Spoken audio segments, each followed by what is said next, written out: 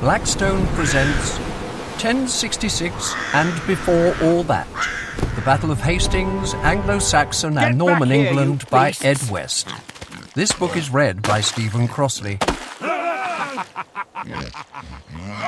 Introduction. In April 1066, an elderly eccentric monk called Elmer noticed a shooting star in the sky from his abbey of Malmesbury in Wiltshire. Seeing it as a bad omen, Elmer is supposed to have muttered, "You've come, you source of tears to many mothers. It is long since I saw you, but as I see you now you are much more terrible, for I see you brandishing the downfall of my country." Few people reached old age in the 11th century, but Elmer was one of them, and as a boy in September 989, he had seen the same hairy-tailed star in the sky. Soon afterwards, the Vikings had returned to England after almost a century, and so the comet's arrival now was not entirely welcome. 3 months before the star reappeared, King Edward had died, having first shouted wild and rather unhelpful prophecies about the country's destruction. During his long reign, the slightly weird monarch had promised the throne to a number of very violent men, and the country was now in a state of deep foreboding even for the standards of the time. The heavenly body, identified 6 centuries later by astronomer Edmund Halley, was indeed a bad omen. For 1066 would turn out to be a terrible year for England, with 2 invasions, 3 battles, and thousands of deaths. In the most famous of these clashes, 2 armies of between 7,000 and 8,000 men faced each other outside Hastings on October the 14th. Elmer was lucky to have seen Halley's comet a second time. 50 years earlier, the monk was so inspired by the Greek legend of Icarus that he built wings from willow trees and parchment and proceeded to launch himself from the abbey's 60-foot-high bell tower in a rather optimistic early attempt at manned flight. But even the fact that he broke both his legs and never walked again didn't dampen his cheery demeanour and enthusiasm. In fairness, he did stay airborne for 200 yards before crashing, or so he claimed. Edward's successor, King Harold II, had a hell of a year since being proclaimed king in January. By the time of Hastings, he had just spent a month marching an army 200 miles up to the north of England, where his men had seen off another invasion from the flamboyant Viking maniac Harold Hardrada, before marching back again. Now he faced Duke William of Normandy, the humorless, hard-faced ruler of the most militaristic people in the known world, descendants of Vikings who had settled in France a century and a half before. Few battles in history have had such catastrophic consequences for the losers. For as historian Elizabeth Van Houts put it, "No other event in Western European history of the Central Middle Ages can be compared for its shocking effects. The carnage on the battlefield, the loss of life, and the consequent political upheaval." By the end of William the Conqueror's reign, 21 years later, only 2 major English landowners were still in possession of their homes. One Englishman held a senior position in the church, and just 5% of land was still owned by natives, while an entire class of 5,000 thanes, England's aristocrats, had been killed, driven abroad, or forced into serfdom or something similarly awful. In the worst instance of Norman violence, over 100,000 people were killed in Yorkshire, an event known as the Harrying of the North, which left whole regions deserted for a century afterwards. 1/3 of the entire country was set aside for royal forests, with large numbers of natives evicted from their homes that then became Norman pleasure gardens. Countless houses were demolished to make way for castles to enforce Norman authority, and the natives were collectively punished if any Norman was found dead in their neighbourhood, while a Norman who killed an Englishman would go unpunished.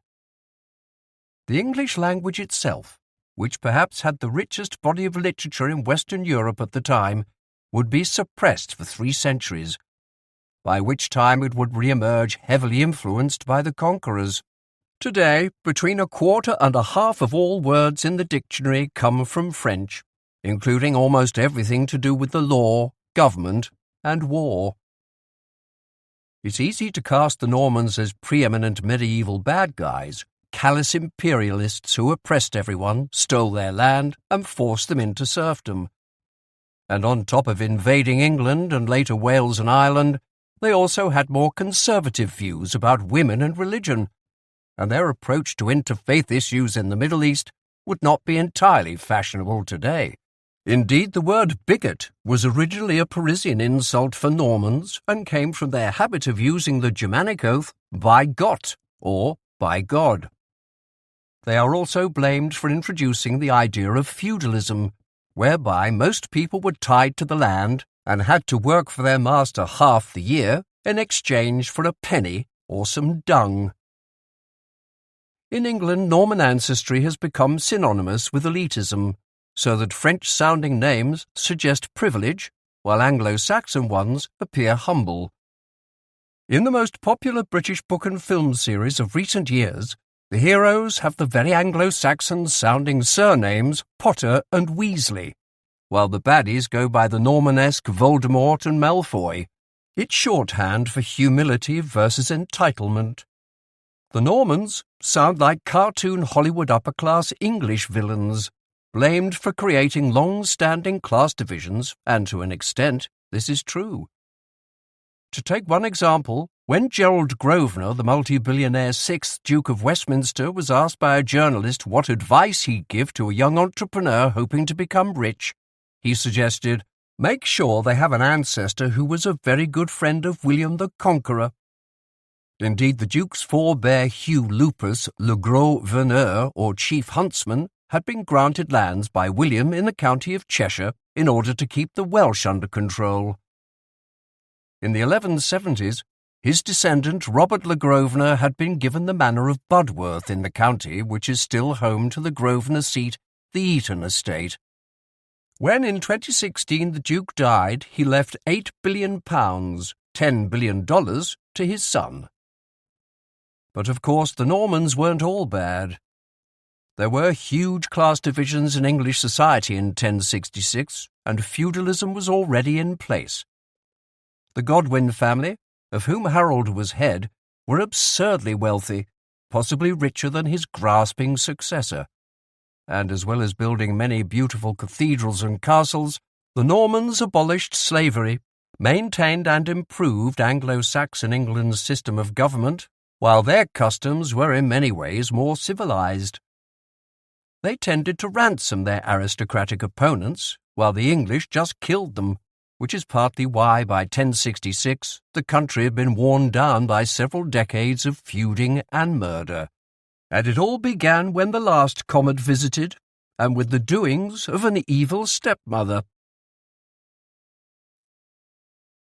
Chapter 1. Red Sky at Night. Read any national history from this period, whether it's Ireland, Italy, Spain, or even Egypt, and you'll find the Normans turning up at some point. And England made an awfully tempting target. By the mid-11th century, the country was one of the most prosperous in Western Europe, with wool from the Cotswolds and East Anglia exported across the continent and a system of minting coins and collecting taxes that was way ahead of its rivals. This was all quite impressive, since only 500 years earlier their ancestors had been illiterate raiders noted largely for the cruel deprivations they carried out on prisoners. The tribes known as the Angles, Saxons and Jutes had crossed the North Sea from Germany and Denmark to Britain in the 5th century after the Romans left, conquering the south and east of the island. Converting to Christianity in the 7th century, the Garmans, as the natives called them, had gathered into a number of kingdoms that slowly absorbed each other until by the 9th century there were just 4: Northumbria, Mercia, East Anglia, and Wessex. However, at this point, new barbarians from Scandinavia arrived, known to us as the Vikings, raiders, and in the 860s, their armies overran 3 of the Anglo-Saxon kingdoms, until in 871, just Wessex remained. ruled by a young, inexperienced and very neurotic king called Alfred. Against the odds, he fought off the invaders, and 50 years later, his grandson Athelstan had conquered all of what is now England, roughly on its modern borders. England had become a rich and sophisticated state under the House of Wessex, culminating with the relative golden age of Alfred's great-grandson Edgar the Peaceful, 959 to 975, who established full authority over the island's various warlords despite being less than 5 feet tall. With peace came a huge growth in trade and learning, most of it done through the church and its monasteries. The Angles and Saxons, despite being terrifying pagan barbarians to the Britons they conquered, had very quickly become devoted to Rome. Partly, it has to be said, because they were so far away they didn't have to encounter the squalid reality of the place. And so England in 1066 had law courts, counties, a tax system, and a very rich body of literature. Its people were in many ways more civilized than the Normans, who, according to one contemporary, found English prisoners well-dressed, long-haired, and beautiful, much given to combing their locks, unlike the Normans' own shaven and crop-headed style. The English were a people greater, richer, and older than the Normans, according to Augeric Vitalis, a mixed Norman-English writer of the time.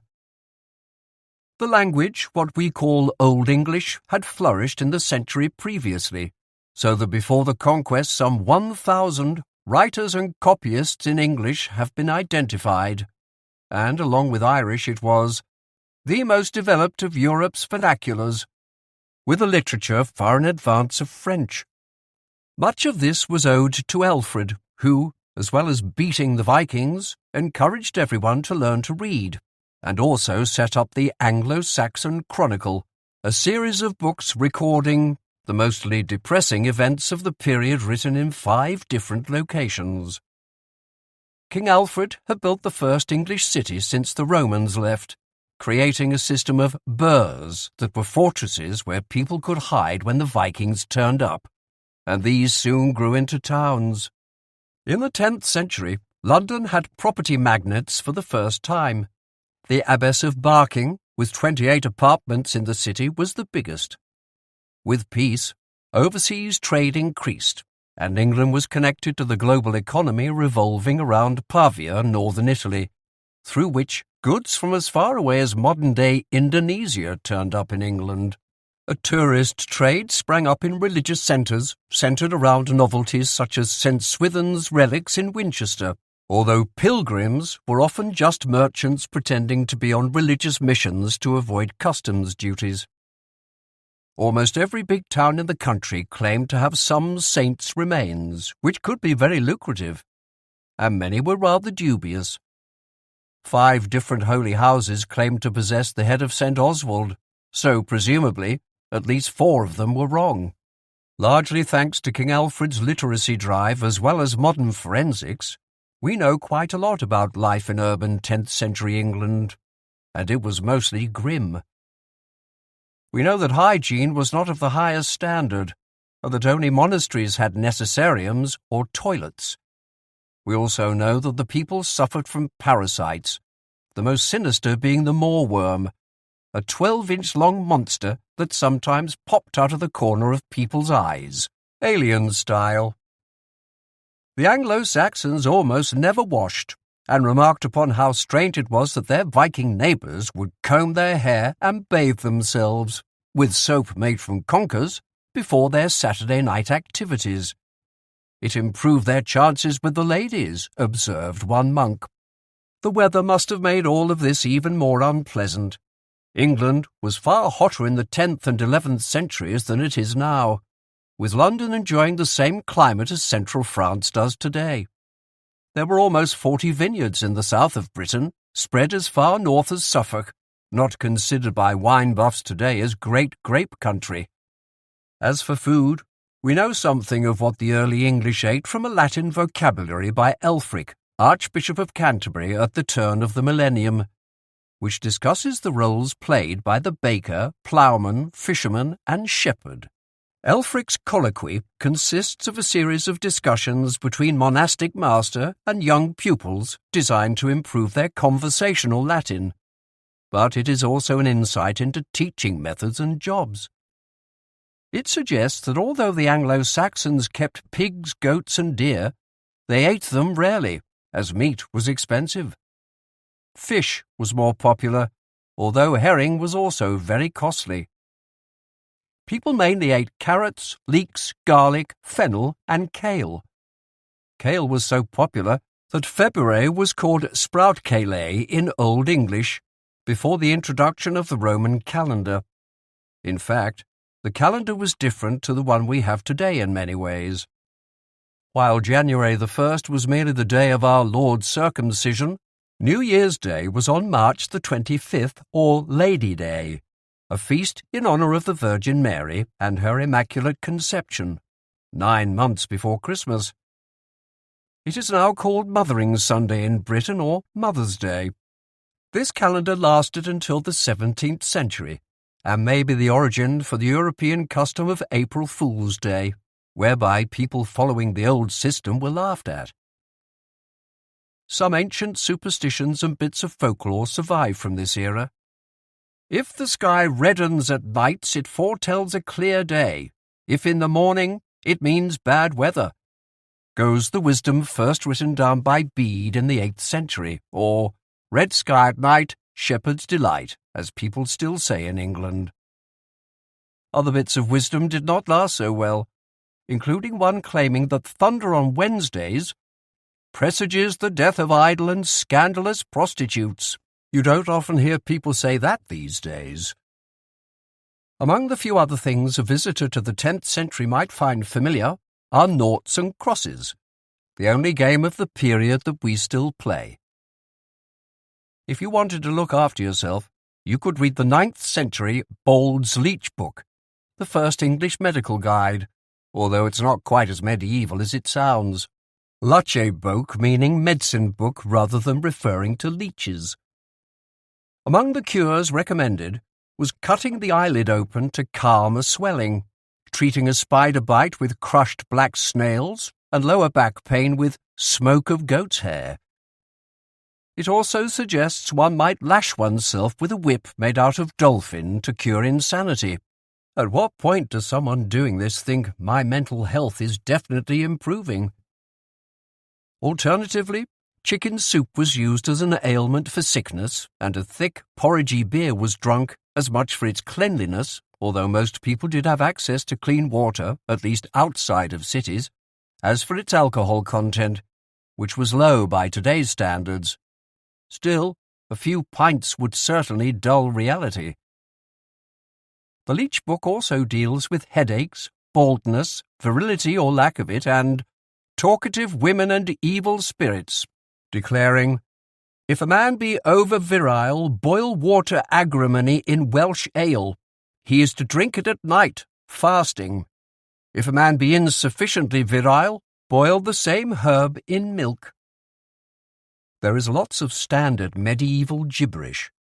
If a man's hair fall out, make him a salve. Take great hellebore and viper's bugloss, and the lower part of burdock and gentian. If hair fall out, boil the polypody fern and foment the head with that very hot. It also suggests, against a woman's chatter, eat a radish at night while fasting. That day the chatter cannot harm you. And make this a salve against the race of elves, goblins, and those women with whom the devil copulates. Take the female hop plant, wormwood, betony, lupin, vervain, henbane, ditander, viper's bugloss, bilberry plants, cropleek, garlic, maddergrains, corn, cockle, fennel. Among the other folk remedies suggested at the time was drinking wolf's milk for problems in pregnancy and childbirth, or alternatively trying a dried and pounded hare's heart. For an epidemic of plague, take a hand of hammerwort and some eggshell of clean honey and add some more herbs. Meanwhile, hearing troubles could be dealt with by pouring juice of green earth gall or juice of wormwood into the ears. As for bladder problems, Get some dwarfed rolls and pound it, and then down it with 2 draughts of wine. You'll at least forget about your problems. For baldness, collect the juices of the wart called nasturtium and rub a bit in. We may laugh, but this was not especially irrational. Before the scientific method and modern medicine in the late 19th century, most active medical treatment was more likely to kill you than make you better, so you could do worse than eating some herbs and hoping for the best. Anyone who actually thought himself knowledgeable about medicine was probably a menace and would just try making a hole in your head to see what happened. But this is if you could get your hands on food, for starvation was a frequent event. The Anglo-Saxon Chronicle recorded grimly, 975. Came a very great famine. 976. Here in this year was the great famine. 1005. Here in this year there was the great famine, such that no one ever remembered one so grim before. During the worst of these, a group of 40 or 50 people were seen jumping off Beachy Head in Sussex while holding hands. And one of the oldest surviving English jokes says as much about their tragic lives as their humour. Question: what makes bitter things sweet? Answer: hunger. Another Anglo-Saxon joke goes like this. Question: what has 2 ears and 1 eye, 2 feet and 1,200 heads, 1 belly, 1 back, 1 pair of hands and 1 neck? Answer: a 1-eyed garlic seller with 1,200 heads of garlic. You probably had to be there. Almost every July the food ran out, and the poor would often feed themselves on ergot, the fungus that grows on rye bread and which in bad times was the only thing available. Unfortunately, this produces an effect similar to a bad acid trip, and medieval famines were probably not the best environments to experiment with recreational drugs. Ergot eaters would describe feeling anxious and dizzy, with a burning sensation in the arms and legs, strange noises in the ears, and uncontrollable twitching. A somewhat more enjoyable-sounding subsistence food of the time was crazy bread, a mixture that included poppies and hemp. Life was often so bad that fathers would sell children younger than 7 into slavery, and there was even a word in Old English for people who volunteered to give up their freedom, which at least ensured you got fed as a part of the livestock, since 1 man was worth 8 oxen. Slaves, also called live money, still accounted for over 10% of the population by 1066, and 25% in more remote areas like Cornwall. So it wasn't quite the social democratic paradise that anti-Norman historians make out. In fact, it was the Normans who phased out slavery, replacing it with the somewhat better condition of serfdom, which was still pretty awful, obviously. Slaves were often poor people who had gone down in the world, or they were native Britons, or as the Saxons called them, Welsh, which means slave as well as foreigner, but sometimes they were there as a punishment, which was more practical than prison. In the case of incest, the man convicted went to the king as his slave and the woman to the local bishop. Sleeping with another man's slave was also a crime. Anyone who deflowered a virgin slave of the royal family had to pay 50 shillings, a huge sum. If she was a slave of the royal flour mill, it was half this amount, and for an underslave, the lowest class, only 12 shillings. Bishop Woolston, a cleric and lawmaker at the turn of the millennium, who was fond of delivering damning sermons on how everyone was going to hell, painted a grim picture of life when he slammed Englishmen who clubbed together to buy a woman between them as a joint purchase and practice foul sin with that one woman, one after another, just like dogs, who do not care about filth, and then sell God's creature for a price out of the country into the power of strangers. Even for free people, poverty was the norm. The vast majority in 1066 lived in the countryside, which, for most people before the modern era, meant a life of relentless toil and misery. It was also a closed world, and unless they were forced into joining the army or feared, most men would rarely even visit the next village, let alone other parts of the country. People even 2 counties away might speak incomprehensibly to them, and since violence was far more common than it is today, a stranger would by law have to blow a horn before entering a village to show he wasn't up to no good. Most free people were classified as churls, that is, peasants, from where we get the word churlish. Dressed in the simple tunics worn by most, there were no buttons at the time. They worked the land and often owned a small plot, although fields would not be enclosed for centuries to come. The common meadow was ploughed in strips of a furrow's length or furlong, 22 yards wide and 220 yards long. This would become the length of a cricket pitch as that game evolved in the medieval countryside to become the quintessential sport for the Englishman of leisure. Furlong is also still a measurement used in horse racing. There were various different classes of peasant, each signifying an extra gradation of misery and burden, such as the wonderfully named drenge in the north of England, free peasants who only had to give military service in exchange for land.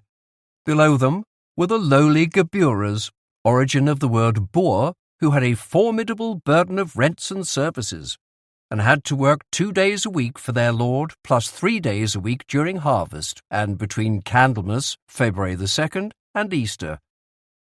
A geburer also had to plough an acre a week. Between the first breaking up of the soil after harvest, late August, and Martinmas, November the 11th, and to fetch the seed for its sowing from the lord's barn. In total, he had to labour on 7 acres a year for rent, on top of extra boon work, and also be a watchman from time to time. In return for this, he got 10 pence a year at Michaelmas, September the 29th, 23 bushels of barley and 2 hens at Martinmas, and a sheep or 2 pence at Easter. 2 pence was obviously worth a bit more back then.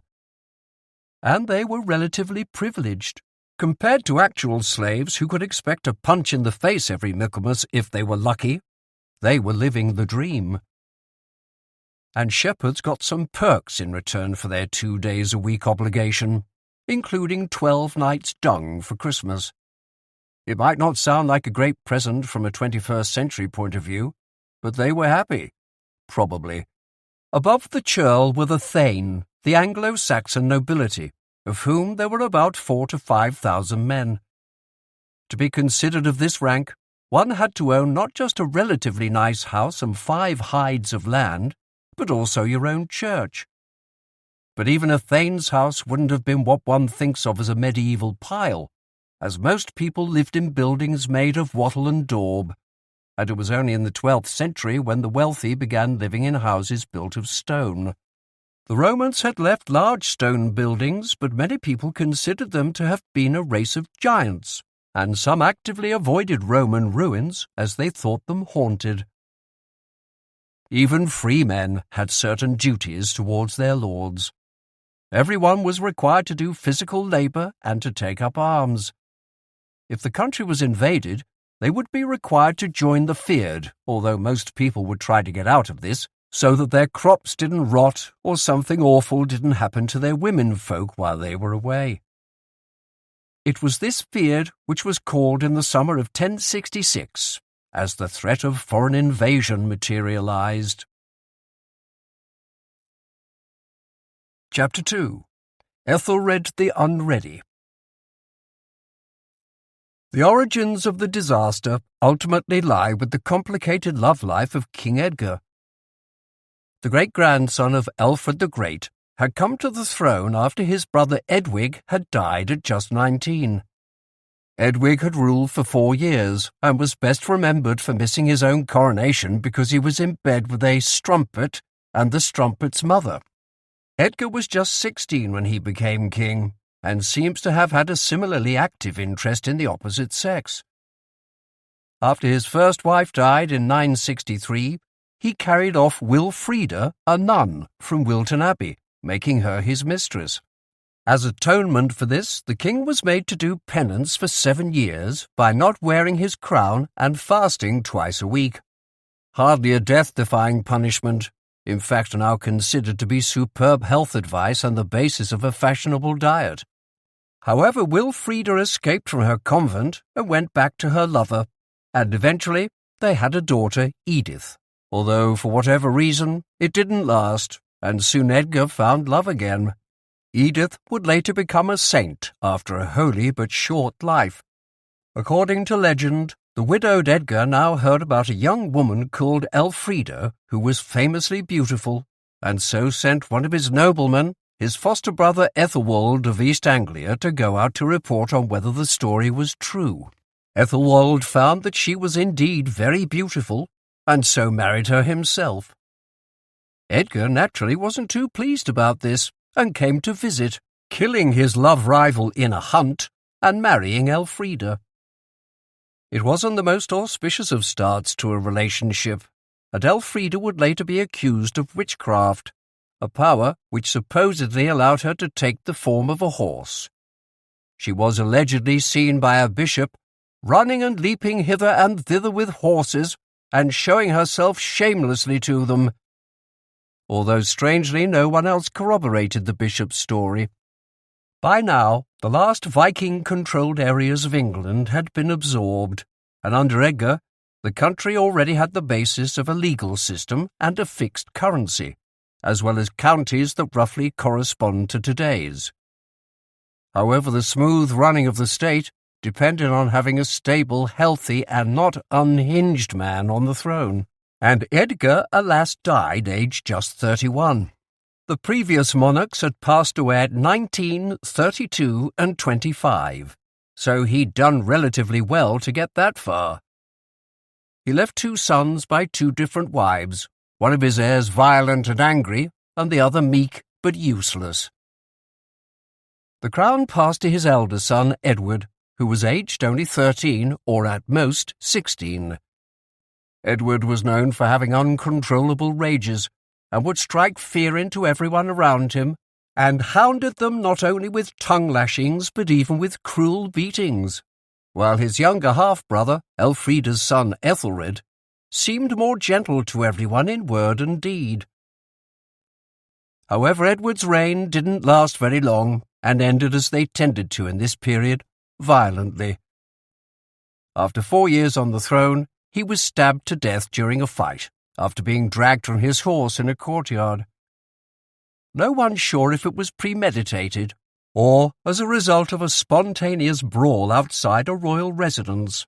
Spontaneous brawls were frequent in medieval history. According to one unlikely story, Elfrida herself stabbed him, and the wicked stepmother immediately put her own son on the throne. He was apparently so ungrateful at having been made king that she hit him over the head with a candlestick. After this, Ethelred was left with a phobia of candles for the rest of his life, which must have been debilitating when it was the only source of artificial light. The Anglo-Saxon Chronicle said of Edward's murder that no worse deed than this for the English people was committed since they first came to Britain. And inevitably, in death, Edward the Martyr became more popular than he was in life. After an initial hasty burial, the former king was reinterred at Shaftesbury Convent, where a couple of unfortunate crippled peasants were apparently cured after visiting his remains. After some further miracles by his grave, he was dug up a second time and buried at the more prestigious Abbey Church. His cult mainly grew because of the awfulness of his brother, hopelessly ineffective half the time and viciously brutal the rest. Ethelred became known as the Unready, literally badly advised in Old English, a pun on his name which meant well-advised. He is best remembered for paying the Vikings to go away in an enormous protection racket called Danegeld, and, as Rudyard Kipling wrote with the benefit of 900 years hindsight, that you've only to pay 'em the Danegeld and then you'll get rid of the Dane. Ethelred never did. As well as the Danes, it was also a time of intense conflict within the realm. A chronicler called Bertfirth wrote, "Strife threw the kingdom into turmoil, moved shire against shire, family against family, prince against prince, alderman against alderman, drove bishop against the people and folk against the pastors set over them." Historians of the time are harsh to Ethelred. Apparently at his coronation, Bishop Dunstan supposedly could not restrain himself and poured out in a loud voice the spirit of the prophecy with which his own heart was full. "Insomuch," he said, "as you aimed at the throne through the death of your own brother, now hear the word of the Lord. Thus saith the Lord God, the sin of your shameful mother and the sin of the men who shared in her wicked plot shall not be blotted out except by the shedding of much blood of your miserable subjects. And there shall come upon the people of England such evils as they have not suffered from the time when they came to England until then." It must have been very awkward. On the day Ethelred was crowned, a bloody fire was seen in the sky, according to the Chronicle, signalling what a disaster he would be.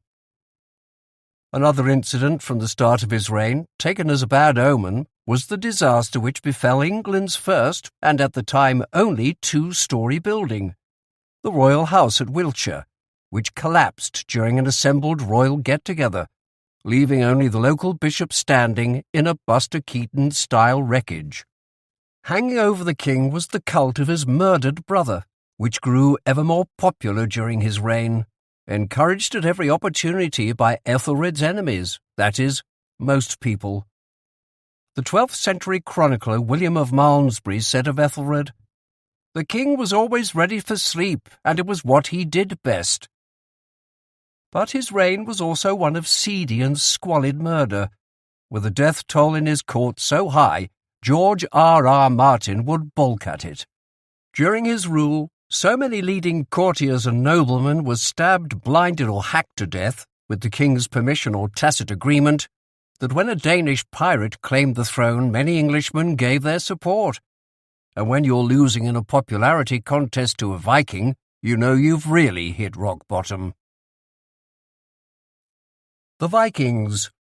Again. The first Viking onslaught, perhaps triggered by population pressure in Scandinavia and the invention of new sailing technology, hit Britain in AD 786 and accelerated with the Great Heathen Army of 865. Large areas of eastern England had since been settled by Danes, who had ruled semi-independently in York until the 950s. Some 40% of villages in Yorkshire have Norse names, so presumably there were a lot of them. But Scandinavia continued to produce huge numbers of excess violent men to sail the seas, restlessly travelling the world to find new lands. In the east, the Swedes settled along the rivers flowing down to the Black Sea, where they created the first states in the region. The locals called them rowers or Rus, and so their kingdom was named Kievan Rus and later Russia. In the west, around the turn of the millennium, Leif, the Lucky Ericsson, became the first European to set foot in the Americas, a fact celebrated every October the 9th on Leif Erikson Day in the Scandinavian-dominated upper Midwest states. Leif's father, Eric the Red, had also been an intrepid explorer who discovered Greenland, and on top of this, seems to have been an all-round awful human being. Eric's own father had been exiled from Norway for a murder, and Eric followed in his footsteps, forced to leave the country for some killings, and so heading to Iceland, which was where desperadoes at the time turned up. He then had to flee from the main settlement in Iceland after killing another man, and afterwards, once again, from this more remote western colony where he murdered yet another 3 guys. He ended up in Greenland, a name he gave to attract settlers, despite its most conspicuous characteristics being snow and ice. Iceland was already taken as a name, and they could hardly call it Icier Land. However, the Vikings by this stage were already being pacified, and the days when you could just merrily move house after murdering people were numbered. For Christianity was finally taking root, Even Eric's wife, the incomprehensibly named Theodhilda, became a Christian and would not sleep with her husband until he abandoned the old gods, which was a great trial to his temper, apparently. Their son Leif would also become a Christian. Since the time of Alfred the Great, when the Vikings were notorious for cruel and convoluted pagan torture rituals, the Danes and Norwegians had slowly embraced the new faith, although it hardly seemed to make them better behaved.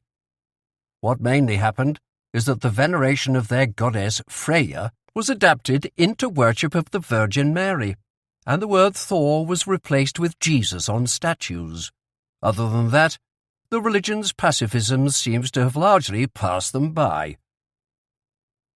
Driven out of England, the Vikings had also successfully established themselves in Ireland, which was hopelessly divided between countless different micro-kingdoms, although the Norwegians, whom the Irish called the Fair Foreigners, spent much of their time there fighting the Danes, known as the Dark Foreigners. The Norwegian Vikings had established a number of cities there, chief among them Dublin in 988, which soon became the centre for their slave trade. Many Irish people were captured and sold off to the Middle East, while others were forcibly taken off to Iceland with Viking men. Roughly half of Icelandic mDNA, which is passed through the female line, is Irish in origin. The Dublin slave market was also where many unlucky English people would end up before being sold off to far-flung places to live god-awful lives of misery. During this period, the Vikings travelled far, and many of their domains remained Scandinavian for some time. The Isle of Man, in between England, Ireland, Scotland and Wales, was Norwegian until 1266, and the island's parliament, the Tynwald, from Thing, a Nordic council, is the oldest on earth. Likewise with the Orkneys and Shetlands, which have been heavily colonised by Norwegians and today use many Norse words in their dialect. According to the 13th century Historiae Norwegia, the Vikings wrestled control of the islands from their two indigenous inhabitants, the Picts and a mysterious group called the Parpe. The Picts, the author thought, were only a bit taller than pygmies, and they could do amazing things in the morning and evening, but at midday they lost all their strength and hid in underground caves. The author also believed that the Parpe were Africans who practiced Judaism, so one can't be entirely confident in his primary sources. The Scandinavian lands were also now forming into states. Norway had been united by a sort of semi-mythical king, Harald Finehair, who got his nickname after he fell in love with a princess who would not marry him until he was king. So he vowed to not cut or comb his hair until he had done it.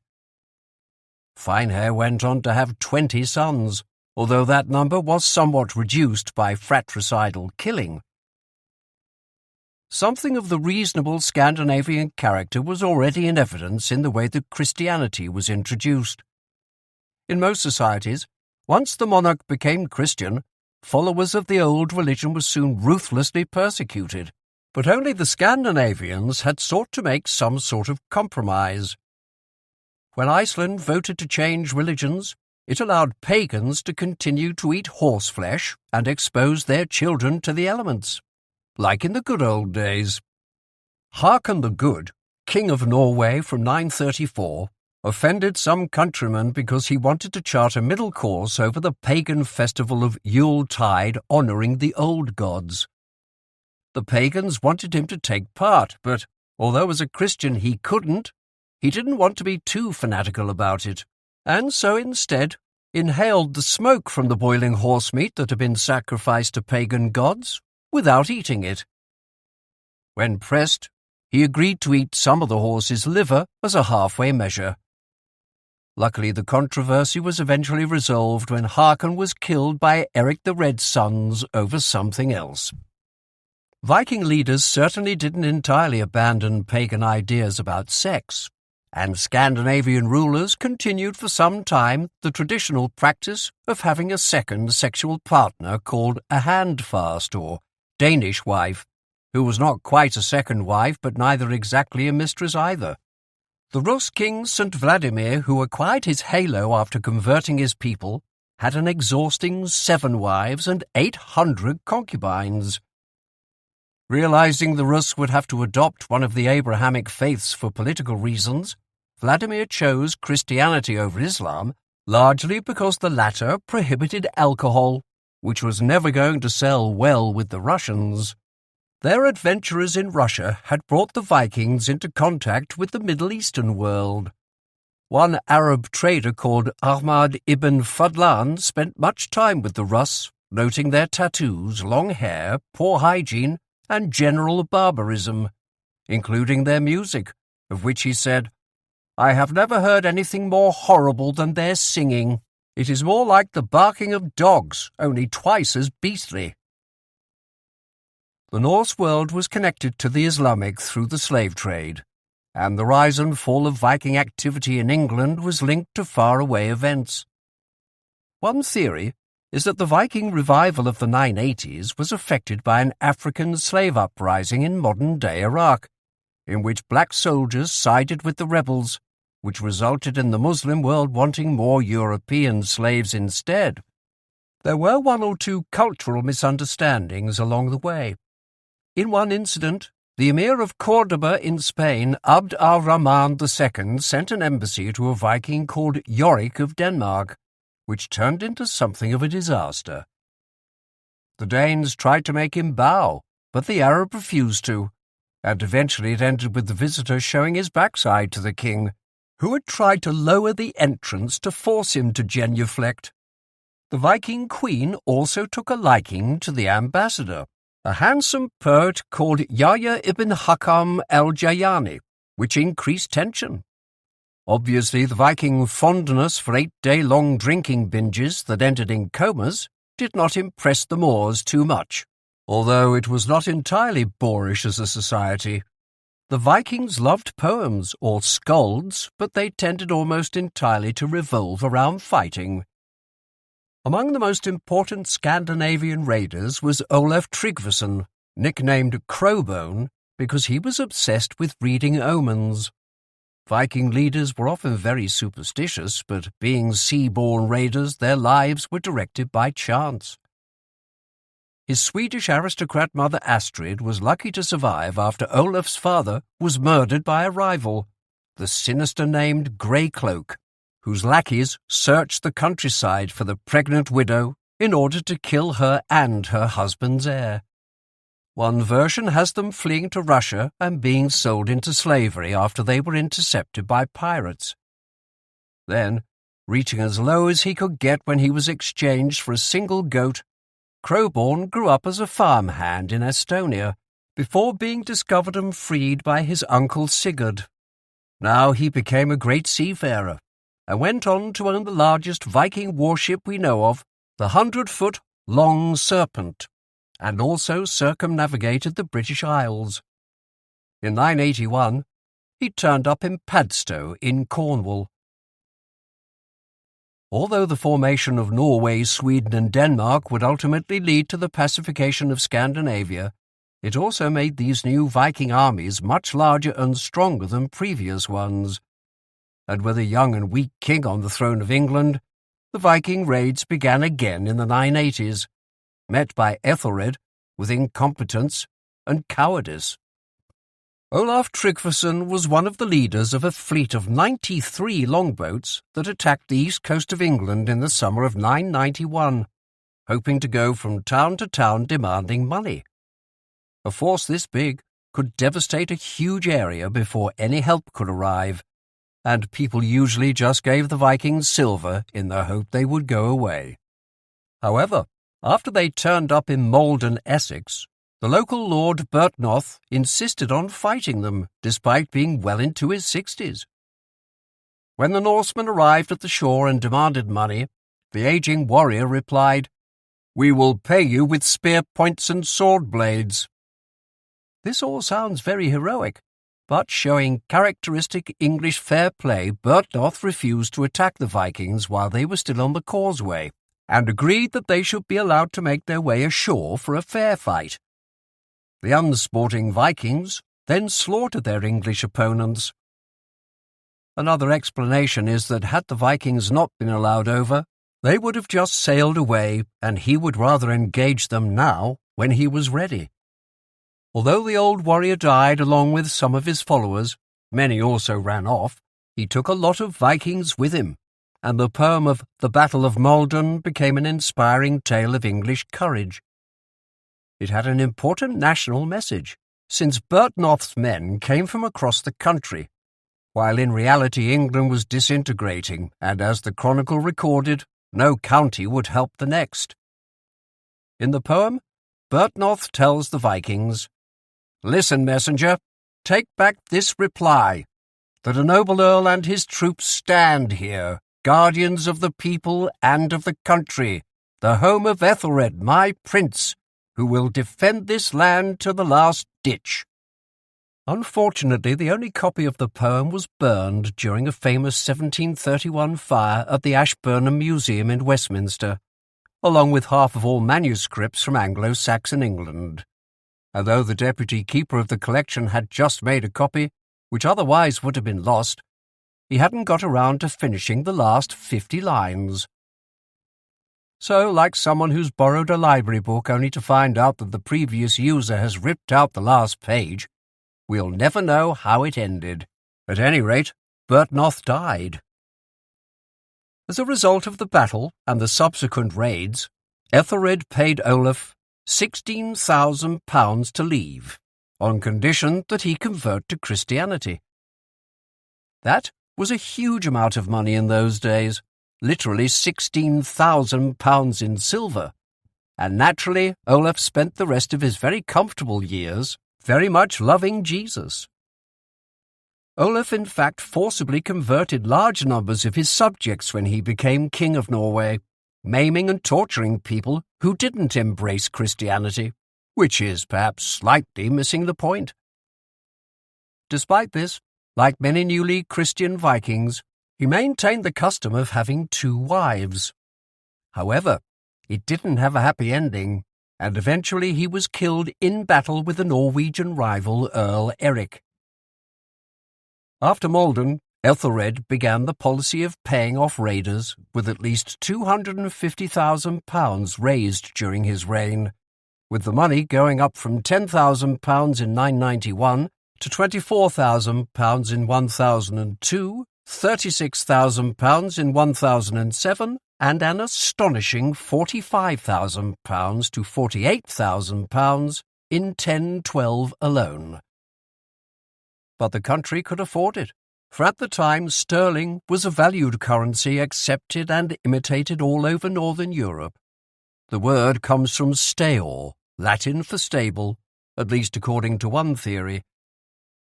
England had 70 royal mints that produced the 10 million coins that were at any one point in circulation, each of which was 92.5% silver. In recent years, more of Ethelred's money has turned up in Scandinavia than in England, and having seen Olaf come home with enormous sums of money, the other Vikings got the impression that England was a rich and cowardly country. Attacks continued in 993, with Bamberg in Northumbria destroyed and much war booty taken. In 994, another Viking fleet arrived with a combined force of 94 warships and 2,000 fighting men. That year London was successfully defended, and so the Vikings moved on to Essex, Kent, Sussex, and Hampshire.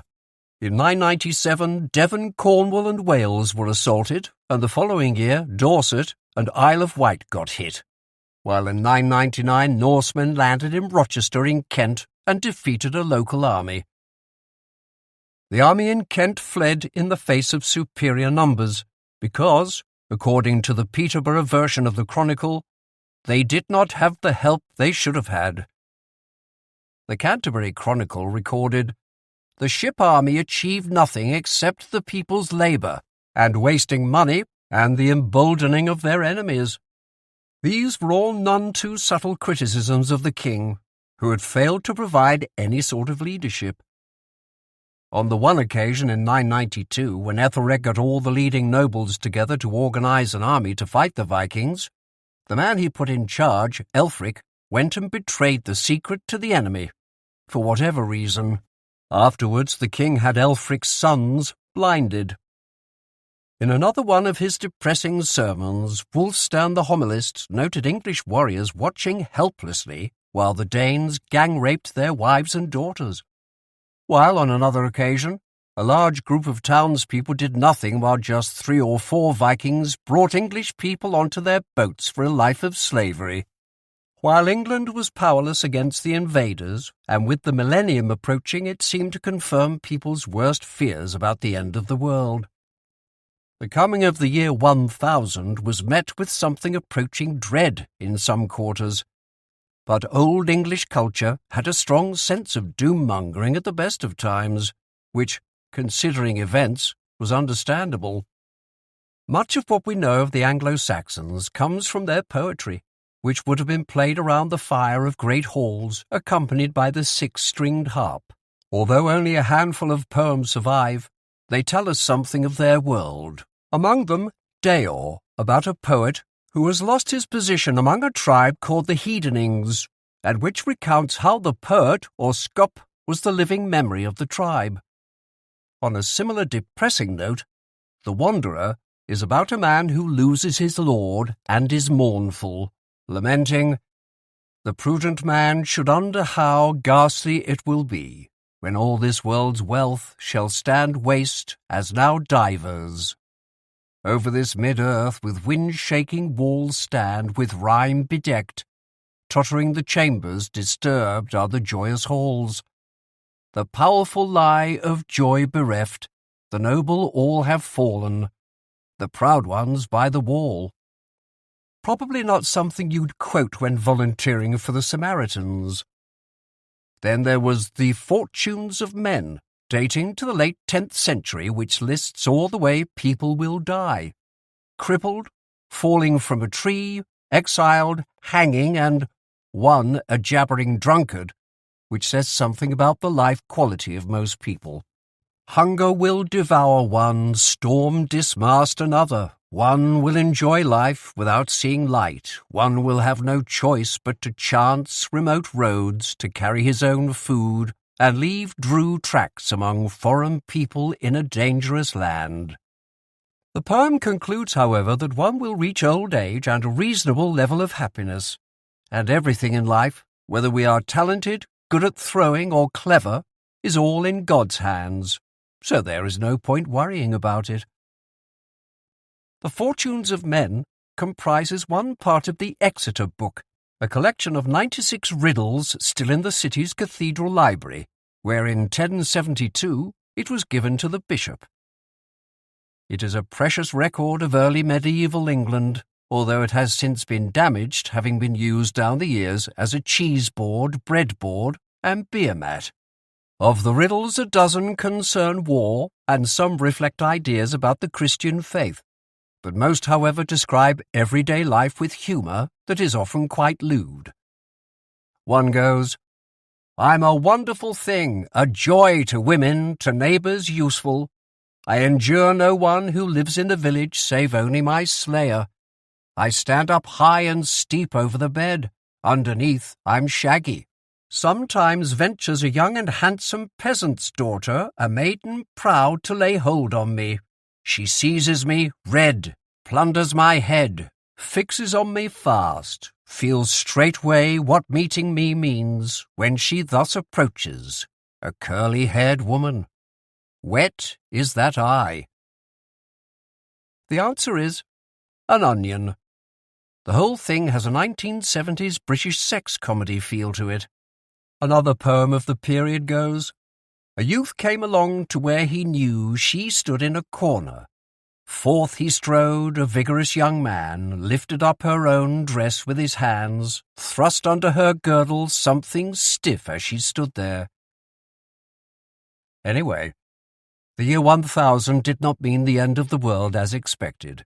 In fact, they had miscalculated Christ's birth by 6 years, although the king's wife died soon afterwards, at which point someone at the court came up with an ingenious plan of fighting off the Vikings by forming an alliance with a group called the Normans.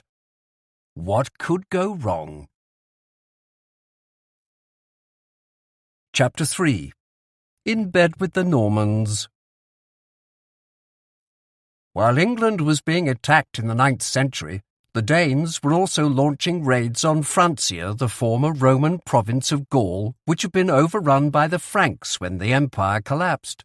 The Franks were the most powerful of the barbarian German tribes, and their king, Charlemagne, had in AD 800 been crowned Emperor of the West by the Pope. So started the complicated nonsensical entity called the Holy Roman Empire, which lasted strangely until Napoleon's time, and which no one, even at the time, understood. Charlemagne was behind what is called the Carolingian Renaissance, which in essence began the Middle Ages, introducing everything we associate with that period, from Romanesque cathedral architecture to castles to Carolingian typeface.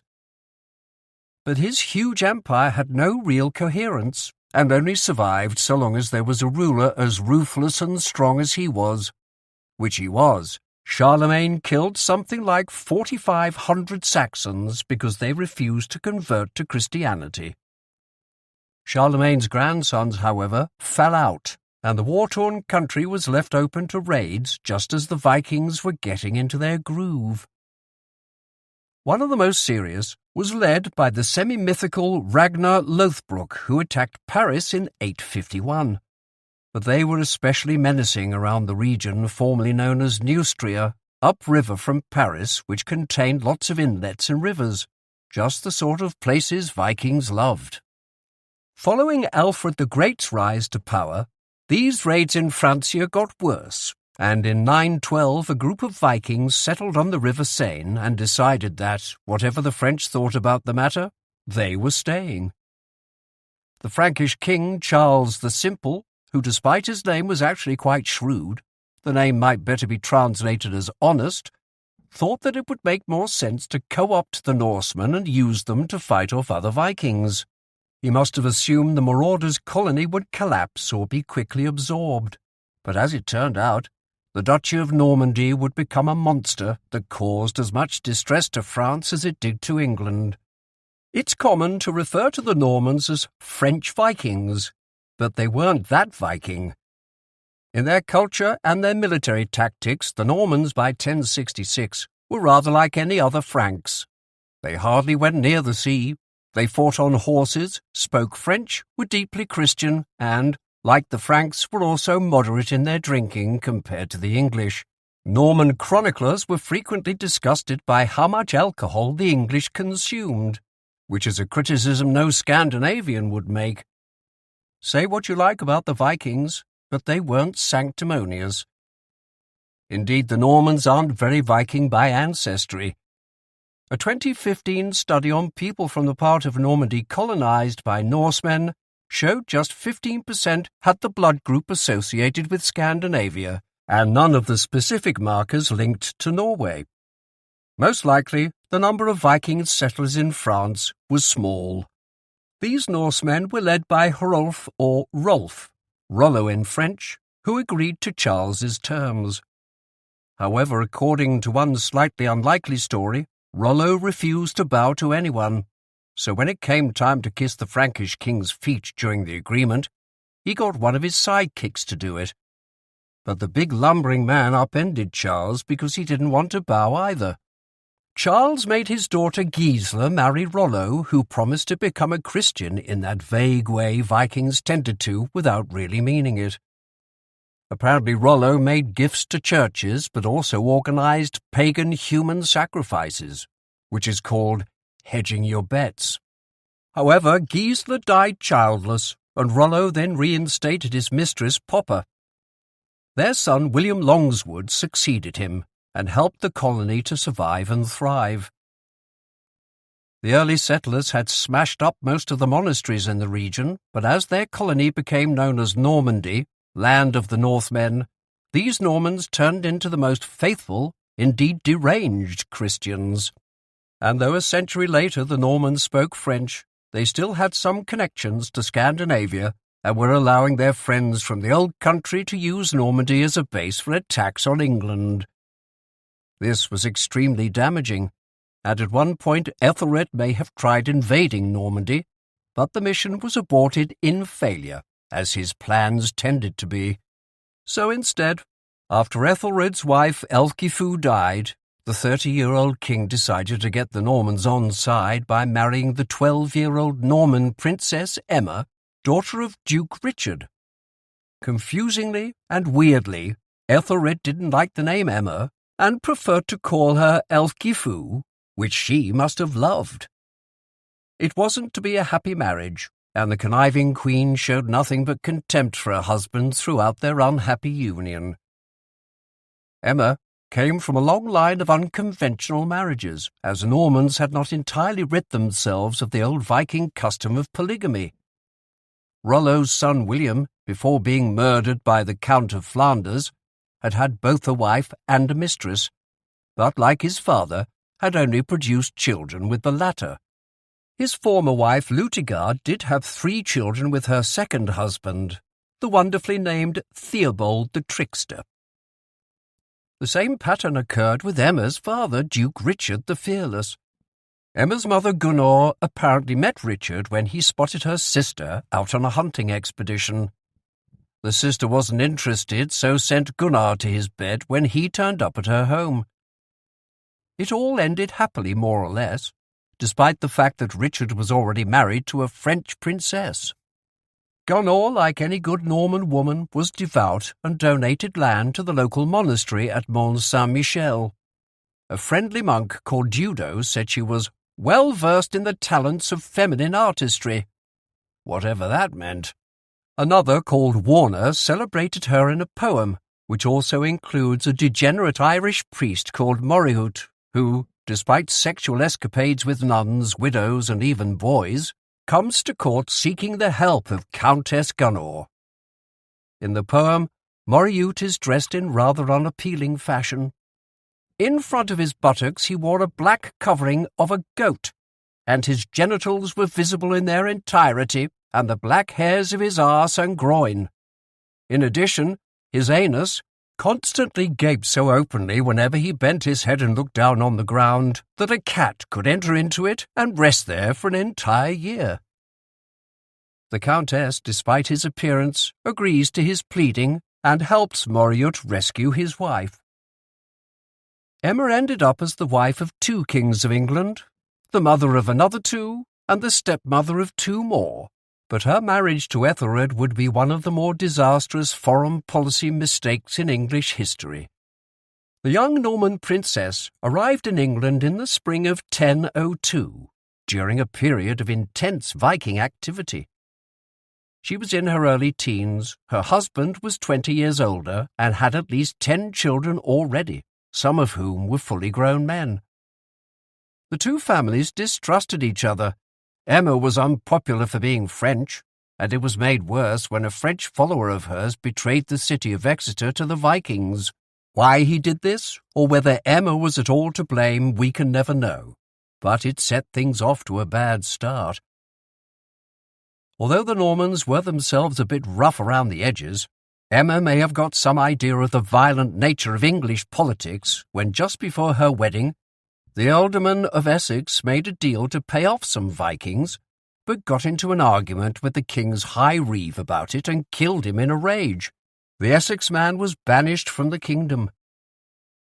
She and her husband came to utterly despise each other, and Ethelred was so offensive even to his own wife that he would hardly deign to let her sleep with him, but brought the royal majesty into disrepute by tumbling with concubines. Sweyn Forkbeard.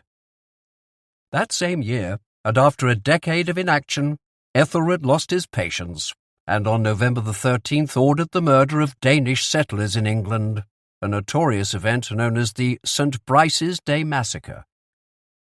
He was recorded as saying, "A decree was sent out by me with the counsel of my leading men and magnates to the effect that all the Danes who had sprung up in this island sprouting like weeds amongst the wheat, were to be destroyed by a most just extermination. Although the order was probably just for men to be killed and maybe only Danish mercenaries who had previously worked for Ethelred, some reports claim that women and children were also murdered, and in the worst incident, the Danes in Oxford were apparently all burned to death inside the church of St. Friedwide where they'd sought refuge.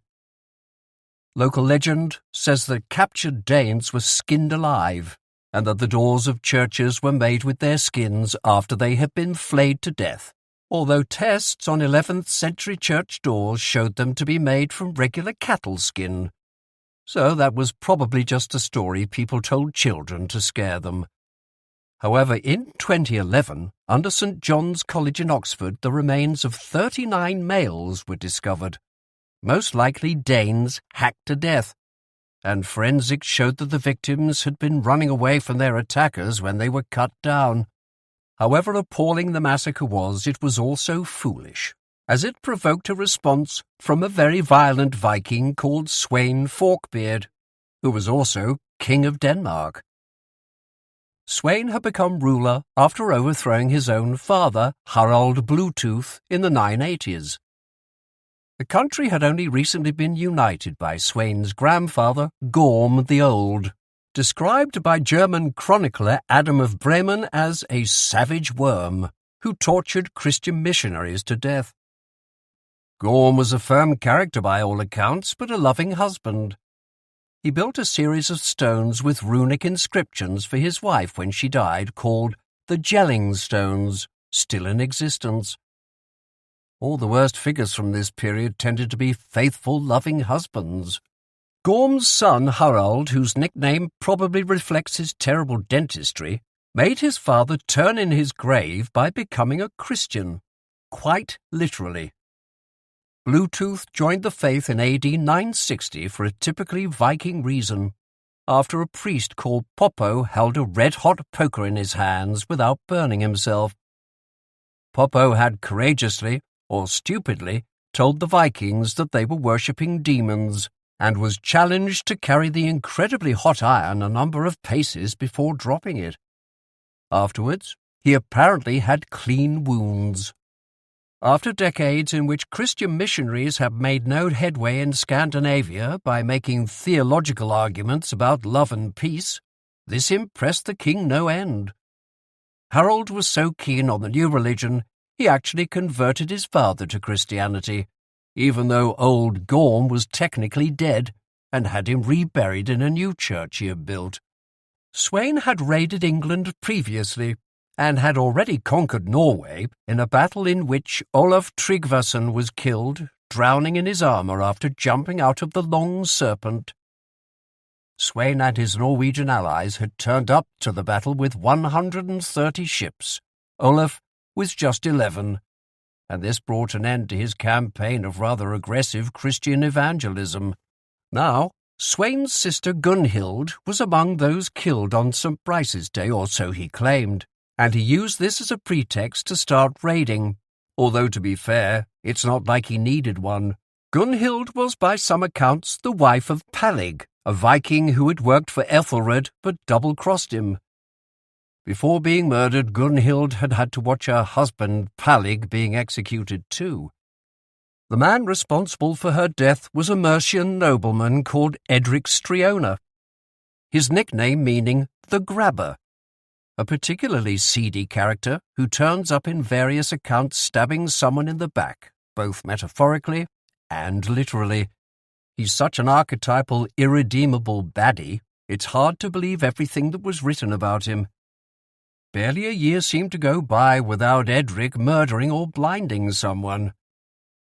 But Striona was just the most extreme example of the terrible, bloody courtiers who surrounded the king, both malignant and incompetent, and Ethelred's judgment only got worse as he got older. In 1005, 2 of his advisers died, which further damaged the king's ability to run the country. Another was brought down because of unjust judgments and arrogant deeds, while a nobleman called Elfhelm was killed and his 2 sons blinded by Edric Striona after Edric had offered him hospitality. About the worst crime that could be committed at the time. Edric was also married to Ethelred's daughter, which complicated things. The Vikings did leave England alone in 1005, but only because there was a massive famine. The following year, Sweyn Forkbeard was back, and again in 1007, and this led to another huge bribe and peace for 2 years. The attack in 1006 is noteworthy only in that the Danish army ravaged the south of England and attacked a meeting place of the Wiltshire militia with the slightly amusing name of Cuckomsley Knob. It didn't help that the English court seemed to be almost comically divided between different factions from the old kingdoms of Wessex and Mercia, which led in 1005 to 1006 to a court coup, led by the Mercian Striona. The year 1007 was especially humiliating, with Ethelred paying out £30,000 in Danegeld, while Sweyn swanned around the south of England parading outside the capital Winchester in full view of its terrified inhabitants, while Ethelred hid in faraway Shropshire. Under reforms initiated by King Ethelred, every 310 hides of land had to provide enough money to construct a warship, and every 8 hides was to provide armour for a single soldier. By 1009, Ethelred had raised enough for 80 ships, the largest navy ever seen in England, a spectacular feat that went amiss when the entire armada mutinied. The English navy ended up fighting itself off the Hampshire coast, destroying a third of their own fleet even before the Vikings arrived. Not textbook leadership by any means. It was caused by a dispute over who was in charge. Striona's brother, Britric, leader of the Mercian faction at court, accused Wulfnoth, head of the West Saxon clique, of piracy. Wulfnoth seduced the crews of 20 ships from their allegiance, and then went off and conducted raids against the south coast. Britric and his Mercians chased them but were mostly destroyed in a storm. Running out of ideas, in 1012 the king officially launched the Herregeld, army tax, also called Garfol, tribute, or as it became popularly known, Danegeld, formalising what had been practised since he'd paid off Olaf. Danegeld was Europe's first nationwide official tax since Roman times, and lasted until 1161, despite the fact that by then the Vikings had last appeared a century before. Much of it was used to pay one load of Danes money to fight off some other Danes, because no one could properly organise and lead an army. The following year, Sweyn launched a full-on invasion of England, according to one account fearing that Ethelred might attack Denmark, although what gave him the idea the English king could successfully pull this off is anyone's guess. He sailed up the Humber, while another terrifying Norseman, Thorkel the Tall, arrived in the southeast and sacked Canterbury. Thorkel was one of a new breed of Jomsvikings, or Super-Vikings, who were a sort of order of knights that predated Crusades-era groups such as the Knights Templar, but with probably less emphasis on chivalry and saving fair maidens, and more on violence. As Thorkel's men were plundering and burning their way through the south of England, the king issued an edict ordering 3 days of prayer. Only bread, herbs, and water were to be eaten, and everybody had to walk barefoot to church, without gold or ornaments. The edict, issued in every church, ended with, "God help us, Amen," which rather sounds about as reassuring as a pilot telling everyone not to panic. Meanwhile, Bishop Wulfstan introduced Sunday trading laws, banning shops from opening in the hope it might persuade the Almighty to get on side. In Canterbury, Thorkel and his gang of Super Vikings kidnapped the Archbishop, the unfortunate Elfay. After several months of imprisonment, some drunken members of the gang pelted him to death with cattle bones, and Thorkel, who had agreed to baptism that very morning, was so disgusted by this behaviour that he switched sides. Ethelred also gave him a huge pile of cash, which might have encouraged his conscience to make the right choice. Meanwhile, the heavily Danish northern and eastern parts of England had submitted to Sweyn. He took his army on to Oxford, Winchester, and Bath, and within a year all of the country accepted him as king. Ethelred had lost so much support that the nation was prepared to give the Danes a shot at running the place. The main selling point of having a Viking running the country is that at least they're good at stopping other Vikings coming here. Among the first to submit to Sweyn was Uhtred the Bold, alderman of Northumbria and Ethelred's own son-in-law. He was married to the king's daughter, yet another Elfgifu. Meanwhile, the daughter of Elfhem, a nobleman who had been murdered by Edric Striona, was married to Sweyn's son Knut, or Canute. Just to confuse things, she was called Elfgifu as well. Ethelred's policy of murdering court rivals was showing itself to be surprisingly divisive. Cementing his historical reputation as a cowardly, weasel-like figure, Ethelred fled the country for Normandy, and it was left to his son Edmund Ironside to lead the fight against the Danes. Edmund, made of stronger stuff than his father, showed enough mettle to make Sweyn leave the country with a number of hostages. 5 weeks later, Sweyn dropped dead, described by Anglo-Saxon chronicles as a happy event.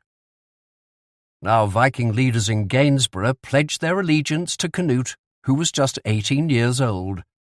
But the ruling clique further south now sent for Ethelred in Normandy, and the king returned and marched on Canute's force in Lincolnshire. Even now the noblemen were reluctant to take Ethelred back. The old king formally agreed to a list of conditions in which he promised to rule the country better, the first known contract between king and subjects in English history.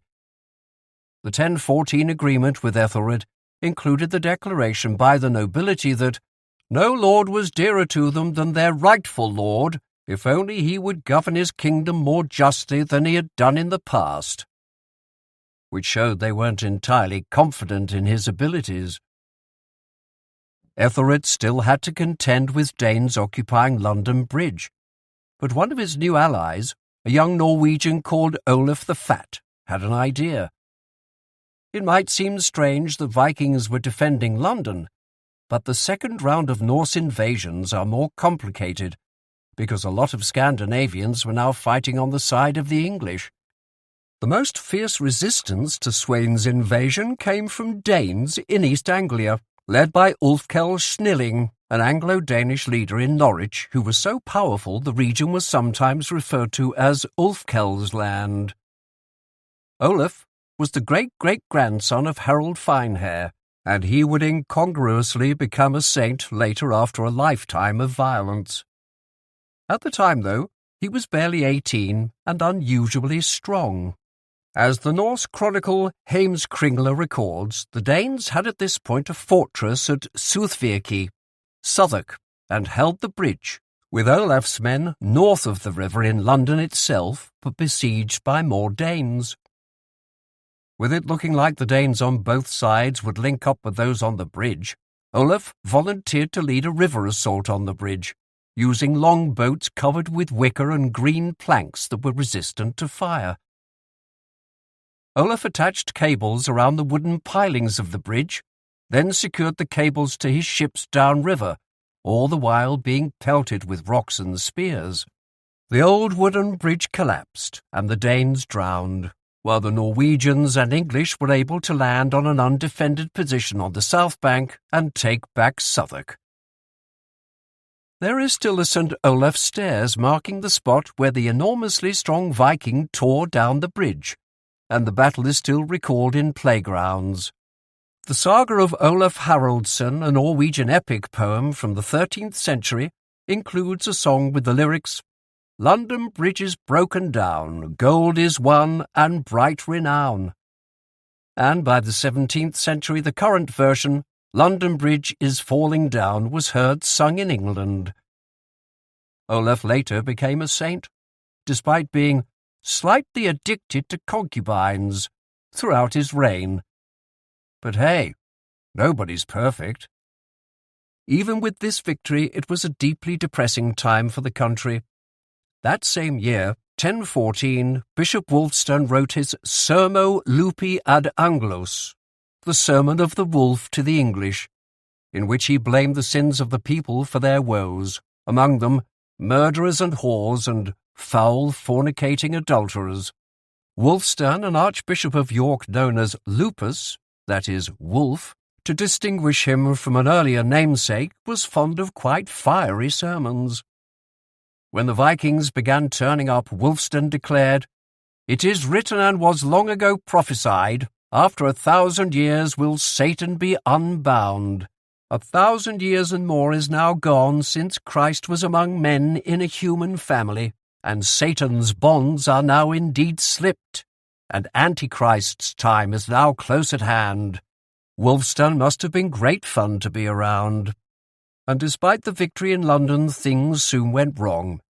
Ethelred's eldest son, Athelstan, died in June 1014.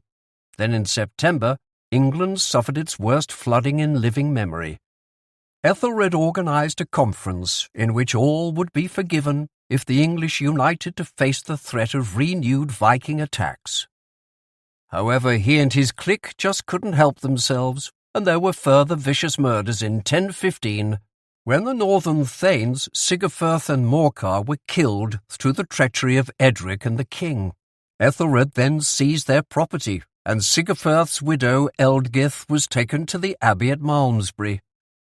However, Edmund Ironside rose in rebellion against his father, seized the north of England, and married Ealdgith. Ethelred's health was failing. It was quite a stressful job, and in April 1016 he died during another Danish attack on London and was buried in St. Paul's Cathedral.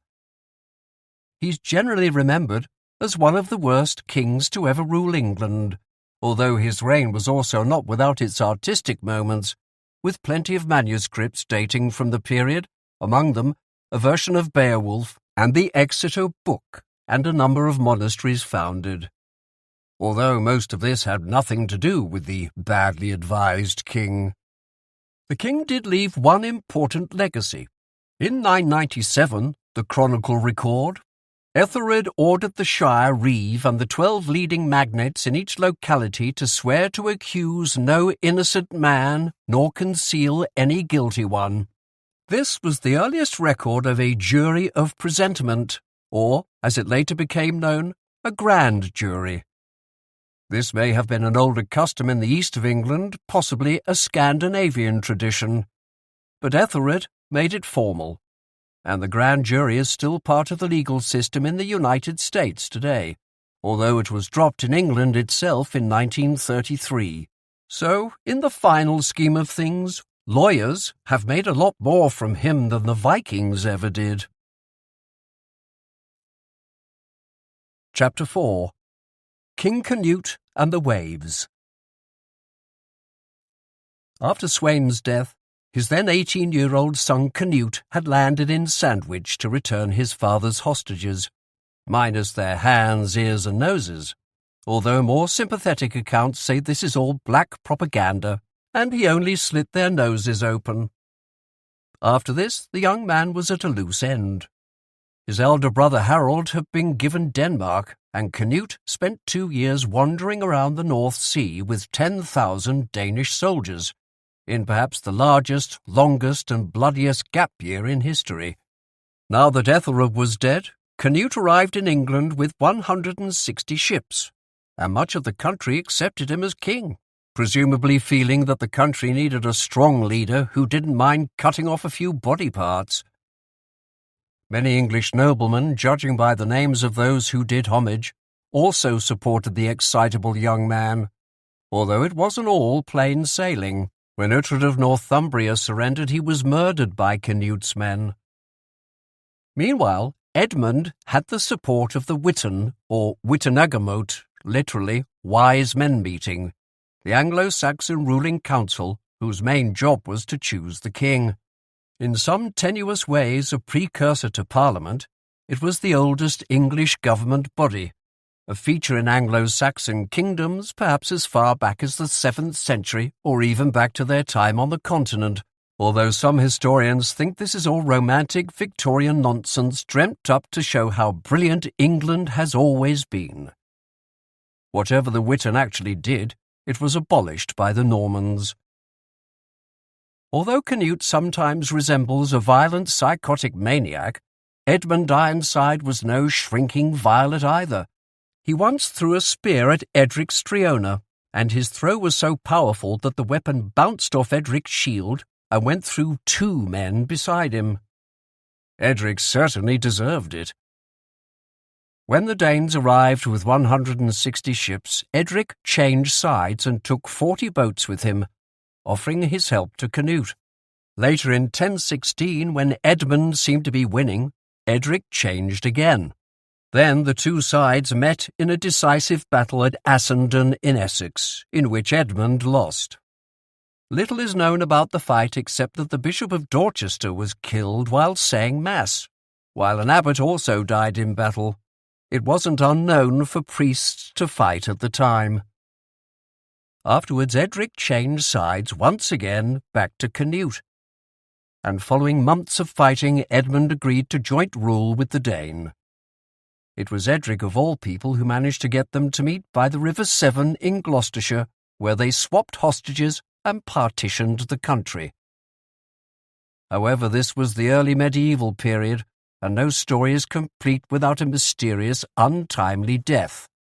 In November, Edmund expired, and rumours abounded that either Canute's supporters or Edric had killed him in some awful way.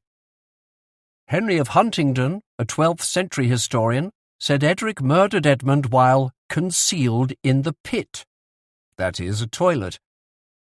When Edmund retired there, for the purpose of easing nature, he was stabbed in the backside by the treacherous nobleman. One Norman historian claimed that Edric invented a sort of crossbow which struck Edmund in the fundament and went up as far as the lungs without leaving a trace, which seems rather out of the reach of the technology of the time.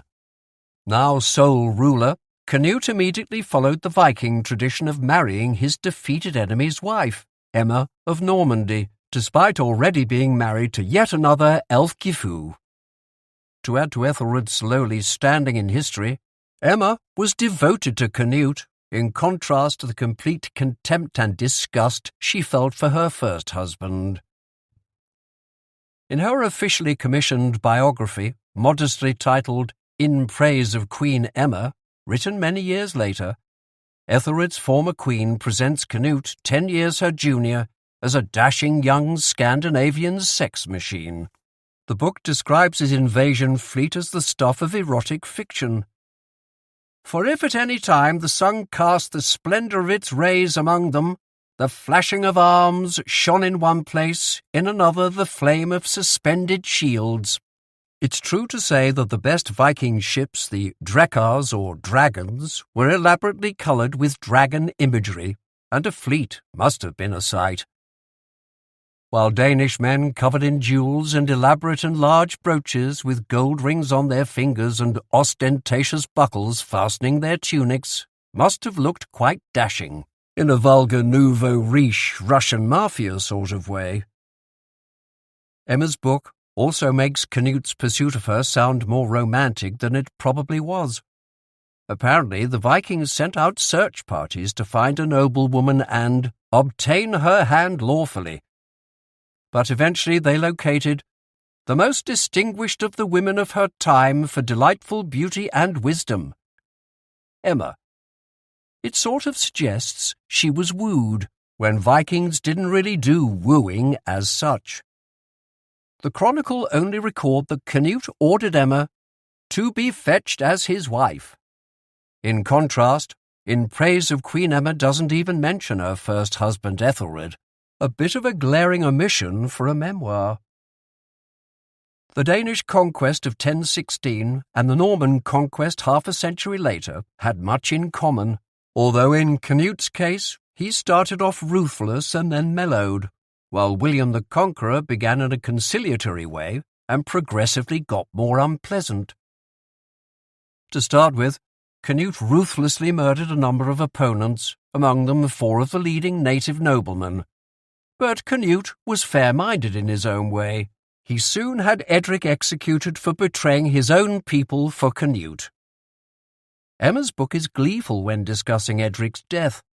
According to her account, Striona came to Canute and demanded payment for his help in betraying Edmund, and so Canute told a Norwegian called Eric, "Pay this man what we owe him. That is to say, kill him."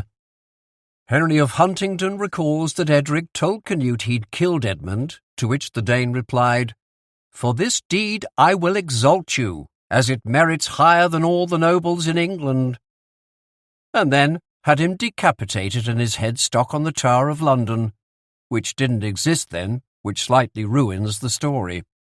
The Chronicle simply stated that Edric was slain very rightly.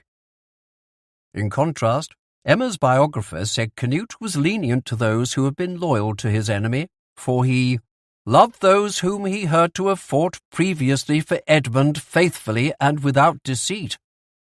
Canute's first act was to raise £82,000 of Danegeld, which he awarded to himself, giving most of it to his own army on condition that they head home, adding a crucial ingredient that Ethelred missed, threatening extreme violence if they returned.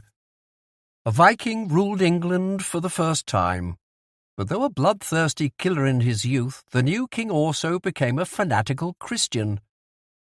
In 1023, he held a national ceremony of reconciliation, having Archbishop Elfay's remains taken from London to Canterbury behind a procession of both groups. The body of the martyred archbishop had become a focus of anti-Danish sentiment, so he wanted it out of the way of London. Whatever Canute's religious beliefs, there was always an ulterior motive for everything he did.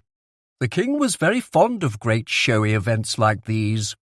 After Edmund's death, Canute visited his grave in Glastonbury and referred to him as his brother, a somewhat two-faced gesture, considering he'd had Edmund's actual brother Edwig murdered in 1017. By now, all of Ethelred's male heirs by his previous wife were dead, except the children of Edmund Ironside, 2 very young boys called Edward and Edmund. Canute had them sent to his half-brother Olaf in Sweden with the order to have them quietly killed. But Olaf took pity on them and secretly sent the boys off to Hungary, which was sufficiently far out of Canute's reaches. Canute ruled harshly, and this made him tremendously popular. He held a meeting in Oxford where both Englishmen and Danes accepted the laws of King Edgar, and this became a legal code that all subjects, whatever nationality, had to obey. Under Canute, a Danish community flourished in London. There was a Danesham monastery in the Strand and a Danesham parish in Westminster, both with churches of St. Clement of the Danes. He divided England into 4 parts, largely handing it out to his friends, and lots of Danes became quite rich. Men such as Haakon, Rani, and Eilifer were made Jarls, a Scandinavian title that became the English Earl. This replaced the older Saxon title of Alderman, although alderman remained as a position in local government until abolished in 1973. Canute also appointed a series of local governors, or reeves, in each county, who came to be called shire reeves, or sheriffs.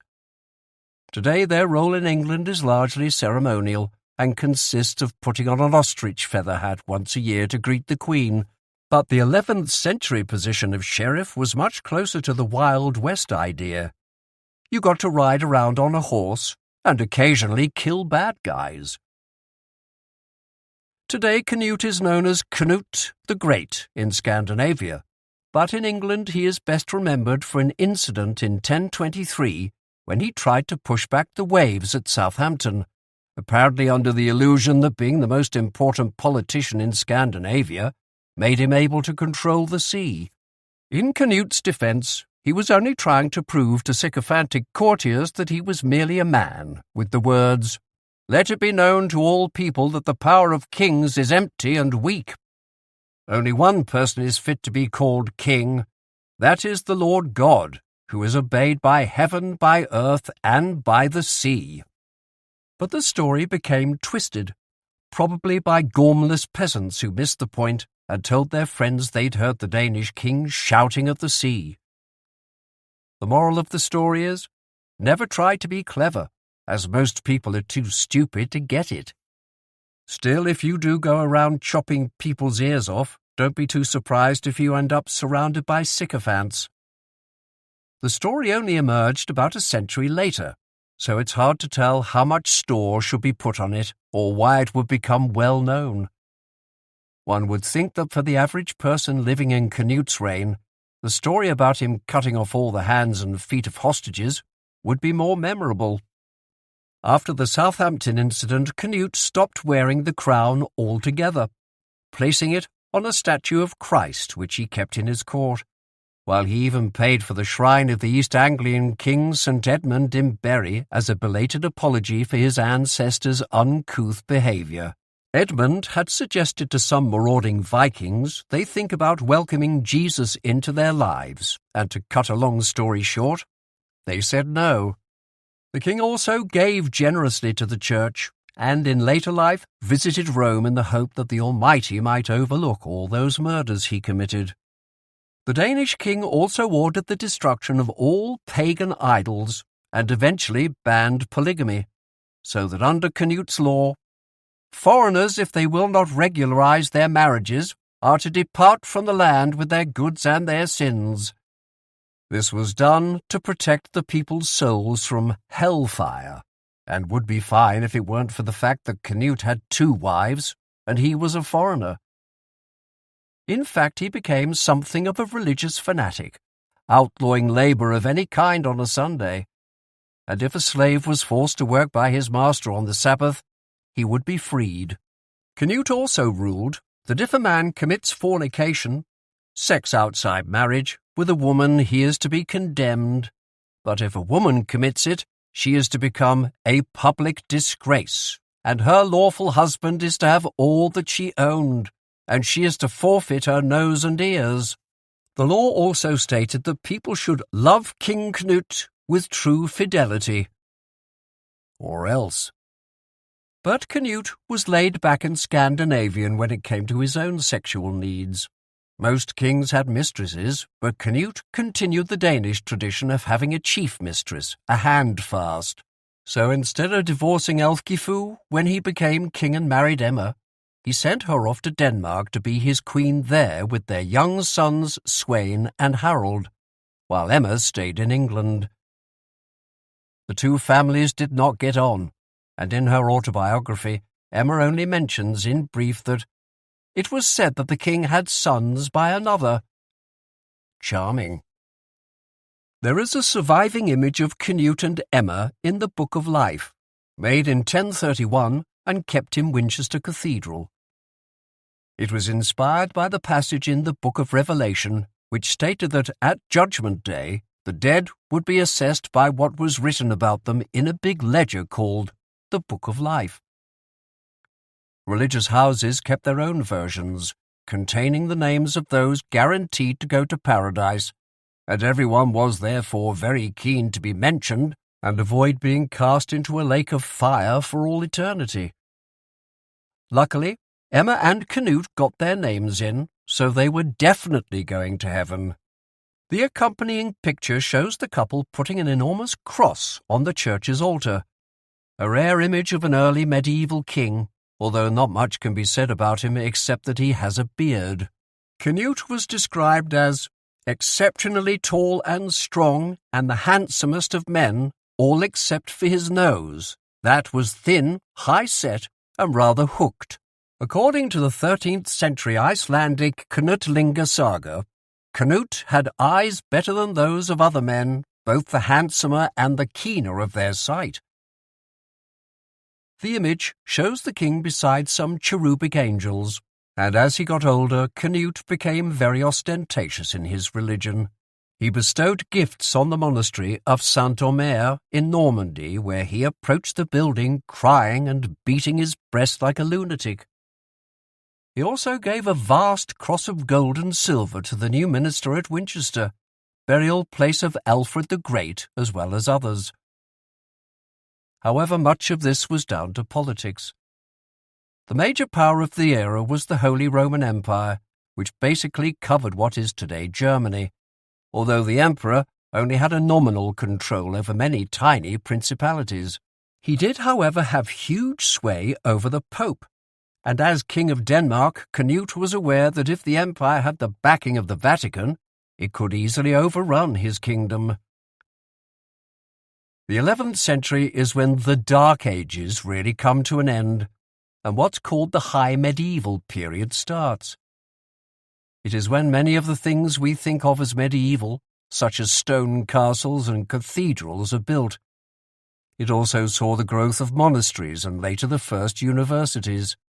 The role of the Pope in European affairs also became established, and it was only now that he became a powerful figure in international politics, with huge influence over monarchs. Partly this was due to the spread of education, which was controlled by the Church. The Church was also a sort of industry, with monastic orders owning huge chunks of land and heavily involved in things like animal husbandry. Many types of sheep were bred by monks, and beer especially owes much to them. All of these led to a big reduction in violence, and in the 12th century, Western Europe's first Renaissance. As part of his international political strategy, Canute had his daughter Gunhild married off to the Emperor Henry, although it went badly wrong. She was accused of adultery, and to prove her innocence had to endure man-to-man combat, which was the way trials were done, except, being a woman, she could nominate someone instead to fight her accuser. Unfortunately, this accuser was a giant, and no one would take him on except a page boy, who won against all odds. Gunhild was cleared of the allegation and refused to ever sleep with her husband again. In retrospect, divorce lawyers are not the absolute worst things in the world. A paranoid man by nature, perhaps reasonably, Canute eventually fell out with most of his cronies, including Thorkel, who he had arrested in 1021. 2 years later, there was a reconciliation, mainly because Thorkel had a big army of super Vikings with him.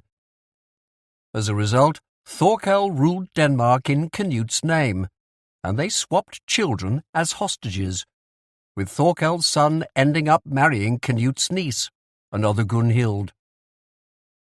Hardy Canute, Canute's son by Emma, lived with Thorkel in Denmark, leaving his mother and father at the age of 5 to be raised by a man who his father had tried to kill. Unsurprisingly, he didn't grow up to be the most mentally balanced of young men. Having already conquered England, in 1025 Canute invaded Norway with the Danish-English army. But on this occasion, Olaf the Stout, now King Olaf II, beat him. After the battle, Canute and his brother-in-law Ulf spent an evening playing chess.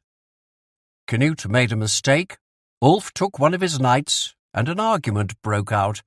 The following morning, Canute got one of his underlings to kill Ulf in church. In 1028, Canute finally conquered Norway and some of Sweden, and went to Rome for a coronation. He liked the idea of being a Christian monarch, but in reality, he was a Viking, and still came from that world.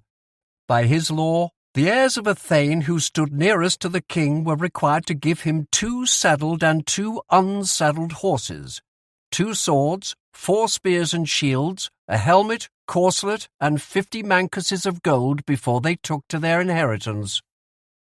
Canute died in 1035, aged just 40. Had he lived longer, he might have established lasting union between England and Scandinavia. As it is, despite being reasonably popular at the time, he is now mostly just remembered as the man with the slightly rude name who shouted at the sea.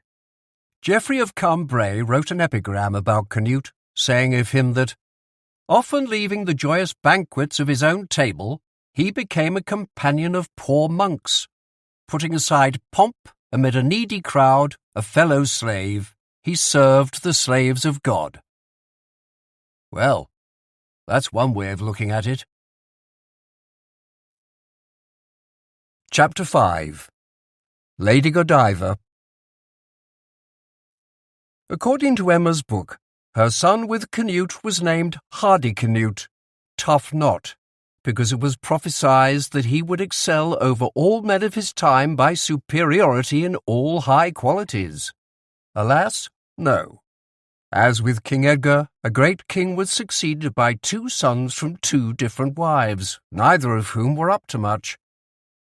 After the old Viking's death in 1035, and his no doubt instantaneous ascension to heaven, the leading earls met by the Thames to decide who got to succeed him. The river was the barrier between Wessex and Mercia, and the senior men of the 2 old kingdoms were divided over the not very thrilling choice.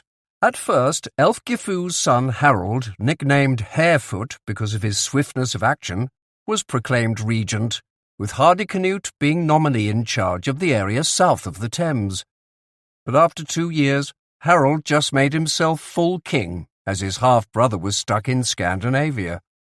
Harold was unpopular, described as an arrogant fellow of bad character, and Queen Emma put a rumour around that he was actually the son of a priest and a servant girl, a common myth down the ages put about by enemies of the ruling monarch. And over in Normandy, Ethelred's sons by Emma, Edward and Alfred, had a far better claim to the throne. Soon a letter was sent to them, supposedly from Emma in England, with the passive-aggressive sign-off, Queen in name only, suggesting they invade and claiming the boy's position was threatened by a usurper, who was gaining supporters, that is, Harold. Emma later claimed in her biography that the letter was a forgery organised by Harefoot, although she may have been embarrassed that she had encouraged such a cack-handed invasion by her sons that was inevitably going to end badly. This was the first Norman invasion of England, and it wasn't quite as successful as the later one.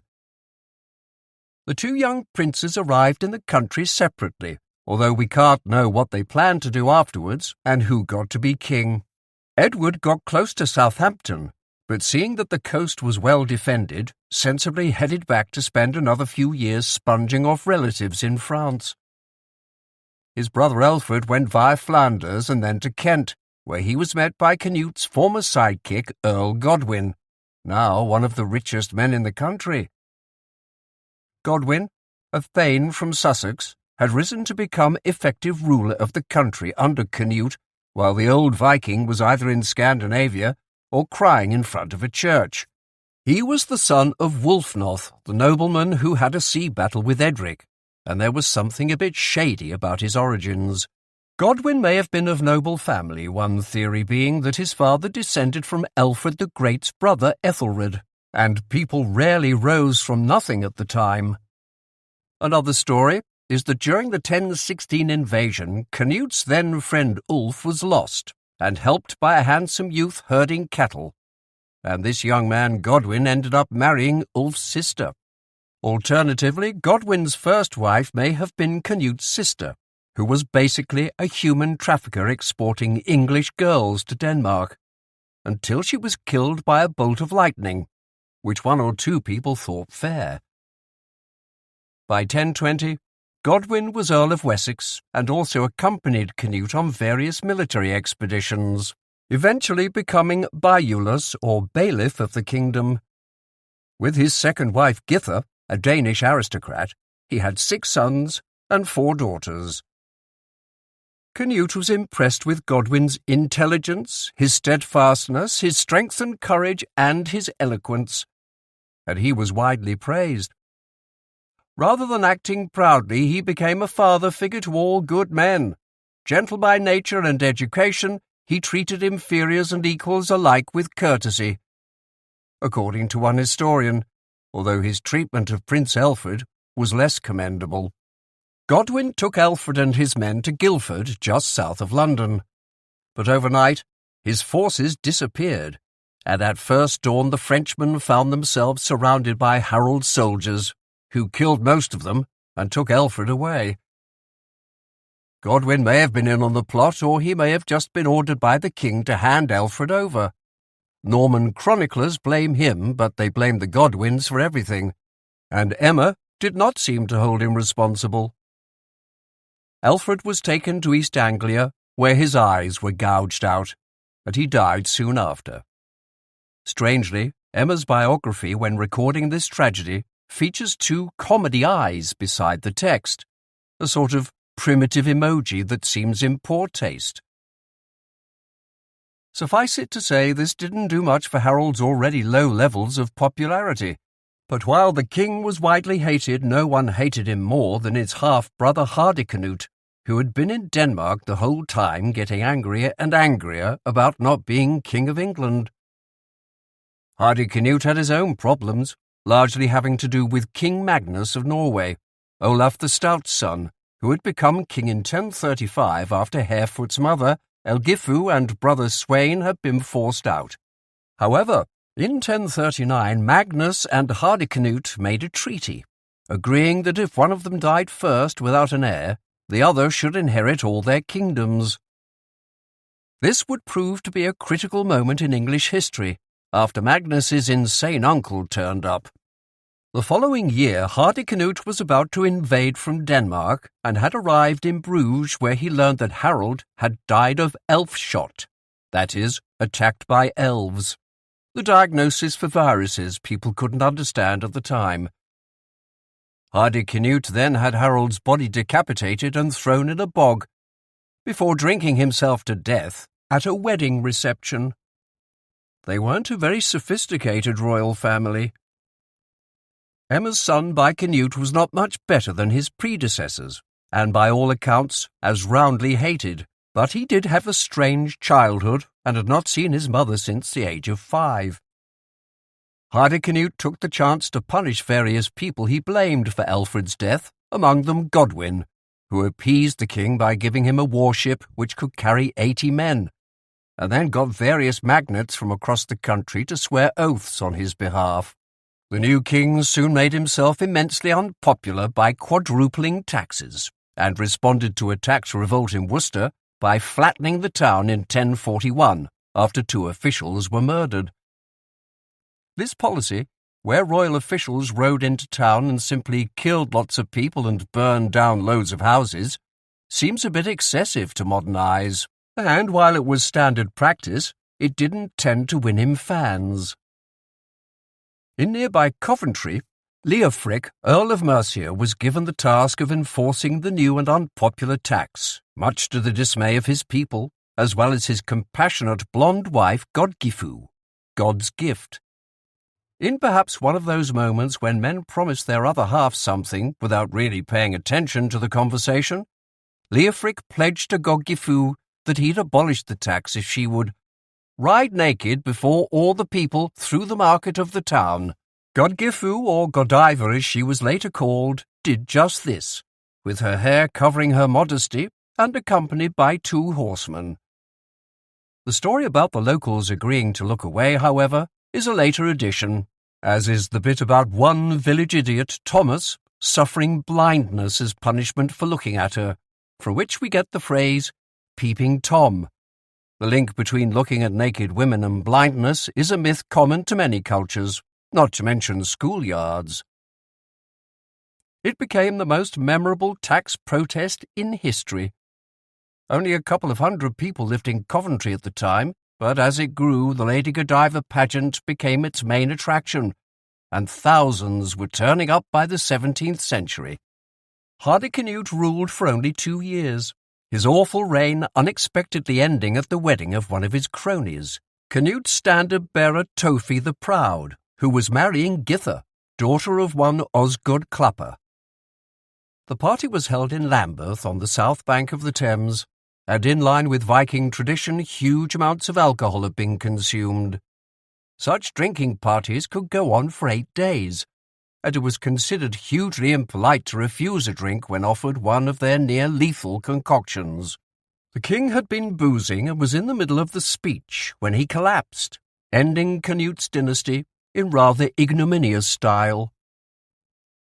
The kindest thing that could be remarked of Hardicanute came from Henry of Huntingdon, who said his court was laid 4 times a day with royal sumptuousness. That is, he could organise a good drinking session. The last of Canute's line was buried at the Old Minster in Winchester, and Emma paid for a very costly relic to be laid there, supposedly the head of St. Valentine, who at the time was just known as a Roman priest who had been murdered and had yet to become associated with courting couples and the multi-billion-dollar card and flowers industry. Whether it was actually St. Valentine's head or just the head of some random man, God alone knows. Chapter 6. Edward, Patron Saint of Divorcees. It was unfortunate for Ethelred that, out of 16 children, only 1 son survived until middle age, and he was a bit of a drip. Edward the Confessor had had to flee England when he was just 13 and grew up in Normandy with his uncle Duke Richard. Although he was more of a Norman than an Englishman, he had an even worse relationship with his mother than Ethelred did, which is saying something. St. Edward, confessor means pious rather than guilty and just referred to someone who was holy enough to be a martyr but hadn't actually been martyred, became a cult figure in later years, and by the low standards of his predecessors he was certainly gentle. However, he ended up with a halo mainly because of the backstabbing politics of the era, a timely biography commissioned by his wife, and by later Norman attempts to smear his archenemy Earl Godwin, although building Westminster Abbey obviously helped. Edward was largely considered pious because he didn't talk during church services, as most people did, but just sat there staring into space, as people do now. He also initiated the tradition where the king would heal the victims of a skin disease called scrofula just by touching them, and this practice of the king's evil, where the monarch touched the sick once a year, continued until the 18th century. The illness in question, a form of tuberculosis, often went into remission on its own, and was never fatal, so people naturally attributed it to the monarch's hand. Edward was not exactly saintly, more weird than anything. In the words of one historian, the personality described by eyewitnesses is that of a neurotic with a tendency to paranoia and possessed of a fearsome temper that often made him impervious to reason. While his saintly detachment can be read in quite another way, as the schizoid alienation of the classic lone wolf who has decided that since no one cares for him, he in turn will care for nobody. Edward also had an elephantine memory for slights and an ability to bear grudges eternally. Freud would probably have blamed his mother, with whom he played a starring role in a horrific family psychodrama. As a child, she abandoned him to go and live with her Scandinavian lover, who had driven Edward's father to an early grave. And after Canute's death, she ignored her son and then actively conspired against him. She doesn't appear to have liked Edward. He also hardly got a mention in her book, and he seems to have actively hated her. Edward had been invited over to England by Hardicanute, and after his untimely ending, found himself king, the royal line of Elford restored once again. However, he could not free himself from his mother's control, as she was not only the richest woman in England, but also controlled the treasury. And so on taking charge, Edward conspired with the leading magnates Godwin and Leofric and had his mother arrested and put on trial, one of the suggested reasons being her alleged affair with Stigand, a slightly dubious bishop who would later be excommunicated by 5 different popes. Emma was tried not by 12 men good and true, which didn't come about for another 2 centuries, but by walking over 9 red-hot ploughshares, the sharp part of a plough, trial by ordeal believed to be the most effective way of determining whether someone was guilty. Courtroom drama ensued, however, when she survived this test, and Edward, satisfied by her innocence, restored her lands.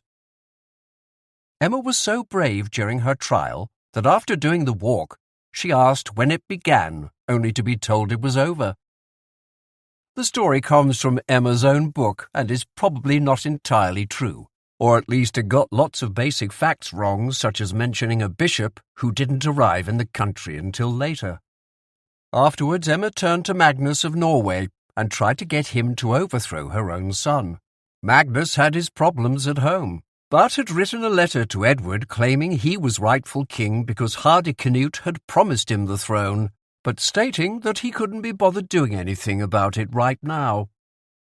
In the autumn of 1047, for a few weeks it looked like the Norwegians would invade, but on October the 25th, Magnus died. Maybe because of his overbearing mother, the confessor grew into a gentle, slightly weak man.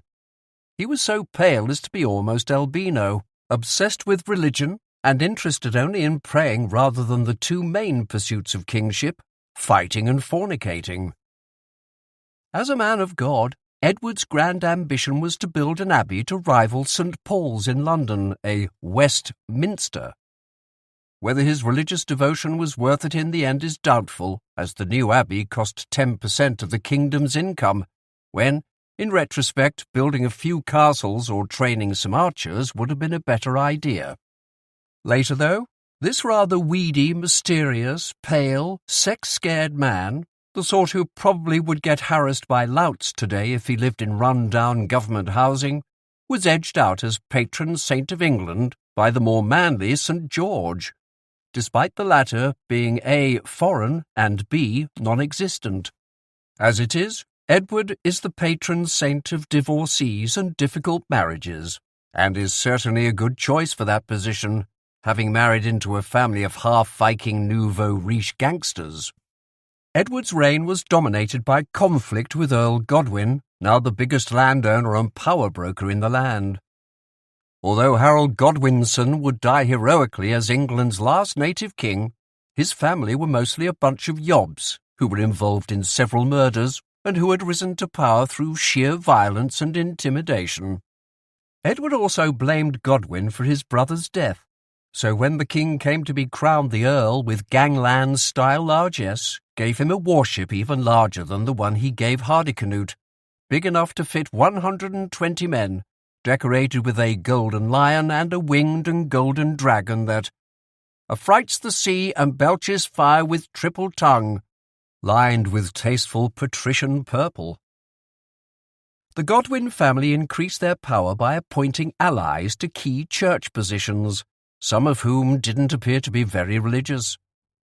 The worst offender was Stigand, who enjoyed an annual income of £3,000 and was widely seen as corrupt and excommunicated by Rome for holding 2 sees at the same time in order to rake in the revenues. By the time of the Norman invasion, he was, after the king and the Godwin family, the richest man in England. In contrast to the gentle, sexless king, Godwin's 6 sons were never likely to be candidates for sainthood. The eldest, Sweyn, was the most psychotic. In a notorious incident, he kidnapped Edgifu, the abbess of Lempster, on the way back from invading Wales, and kept her as long as it suited him and then let her go home. Whether it was consensual or rape, it was considered appalling to carry on in that way with the bride of Christ, and to make it worse, they were related. Afterwards, he took refuge with his Danish cousin Bjorn, volunteering to fight for Denmark in yet another war against Norway, although he seemed to have spent much time fighting with Danes, and eventually persuaded Bjorn to raid the Isle of Wight with him, and then murdered him. Even by the low standards of the period, this was considered shocking, and Sweyn Godwinson was declared nothing, without any social standing, and therefore legitimate for anyone to kill, although eventually he was allowed back. Second son, Harold, was far more sensible. Immensely brave, tall at 5 feet 11 inches, 5 feet 8 inches was the male average, exceptionally good-looking and fond of women, he was a feared leader, but also much loved by his men for his affability and good humour. He was also incredibly strong, and, by all accounts, even hostile Norman ones, he was an extremely charismatic leader. Tostig, brother number 3, was linked to a string of murders. While as a young man he was popular, even Edward liked him, and a devoted husband, Tostig later appears to have gone totally insane. The 3 younger brothers we hear less of, especially the youngest, Wulfnoth, who appears to have spent his entire adult life in a dungeon. King Edward hated Godwin, but perhaps having no choice but to recognise his power, married the Earl's daughter Edith. Had Edward and Edith had children, our history would have been very different. And while there has been speculation that the king may have been gay, one historian wrote that it should be noticed that he was, rightly or wrongly, credited with no bastards, something rather unusual at the time, or asexual. His hatred for his father-in-law probably can't have helped. Whatever a man's sexual preferences, being married to a woman whose father helped murder your brother is going to make things awkward. Edward the Confessor and his wife seem to have been reasonably happy, although he spoke of her as his beloved daughter, which doesn't suggest a marriage burning with passion, and she used to lie by his feet to show her humility. Much of this comes from Edith's own biography, which was written in 1066 just as the country was falling apart, and painted her in particular as the model wife. The In Vita Edith describes her as an incomparable bride, virtuous, intelligent, well-educated, talented, and generous. But then she also compared her father Godwin to Jesus, in that terrible accusations were made against both of them, but essentially they were both really good guys. The king's relations with the Godwins reached crisis point in October 1050, when the Archbishop of Canterbury died, followed in January 1051 by the Archbishop of York. These were the 2 most important church positions, and Edward put Norman cronies of his into the roles, which could only have been seen as an insult to Godwin. Worse still, the new primate, Robert of Jumièges, was outspoken against the Earl of Wessex, publicly saying he intended to do to Edward what he had done to Alfred. Not the most diplomatic of language. Even Edward was embarrassed by this and did not attend Jumièges' investiture as archbishop because he was such a liability. Robert was one of many Normans and other Frenchmen who had come over with Edward in 1042 as his escort, and so the Godwins were able to present themselves as the anti-French party, which always works in English politics. Among the Normans already in England was Edward's sister's son, Earl Ralph the Timid, who had inherited the earldom of Hereford and earned his nickname after running away from the Welsh in 1055. He died in 1057, and had he survived, England may well have had a King Ralph in 1066. Another Norman, Reginbold, was made royal chancellor in 1062. And the foreigners being given good grants of land and cushy jobs possibly didn't help the king's popularity. The following year, Eustace of Boulogne, the husband of Edward's sister and a major ally, made a diplomatic visit to England. He got off to a shaky start when Eustace stabbed to death an innkeeper in Dover when the man refused to let him stay the night, then started a brawl that left 20 of the townspeople dead along with 19 of Eustace's men. Not the most successful of diplomatic visits, then. Afterwards, Edward called a council at Gloucester, in which Robert of Jumièges accused Godwin of conspiring against him. In response, the king ordered that Dover be harried, but Godwin refused. Harrying was quite a typical response to a crime committed in a town. As well as Hardicanute in Worcester, King Edred had harried Thetford, and his successor Edgar had done the same to Thanet. But Godwin, quite reasonably, demanded that the other side of the story be heard. And so Edward exiled the entire family, half of the Godwin clan going to Ireland and the others to the continent. Edward sent his wife to live in a convent as punishment, and she was despoiled of all her lands and movables. From 1051, when the country was now in chaos, the coins in England began to be issued with PACX on one side, peace, which rather suggests that all wasn't entirely well. But Edward could not rule without the Godwin family, who were vastly rich, in fact, probably richer than the king. Crucially, the Earls Leofric and Seward, the largest landowners in the Midlands and North respectively, refused to fight against Godwin. So the following year he returned, arriving on the Isle of Wight, and Edward's Norman friends left the county. Robert of Jumièges fled from London to Essex, where he lighted on a crazy ship, as a chronicler enigmatically called it.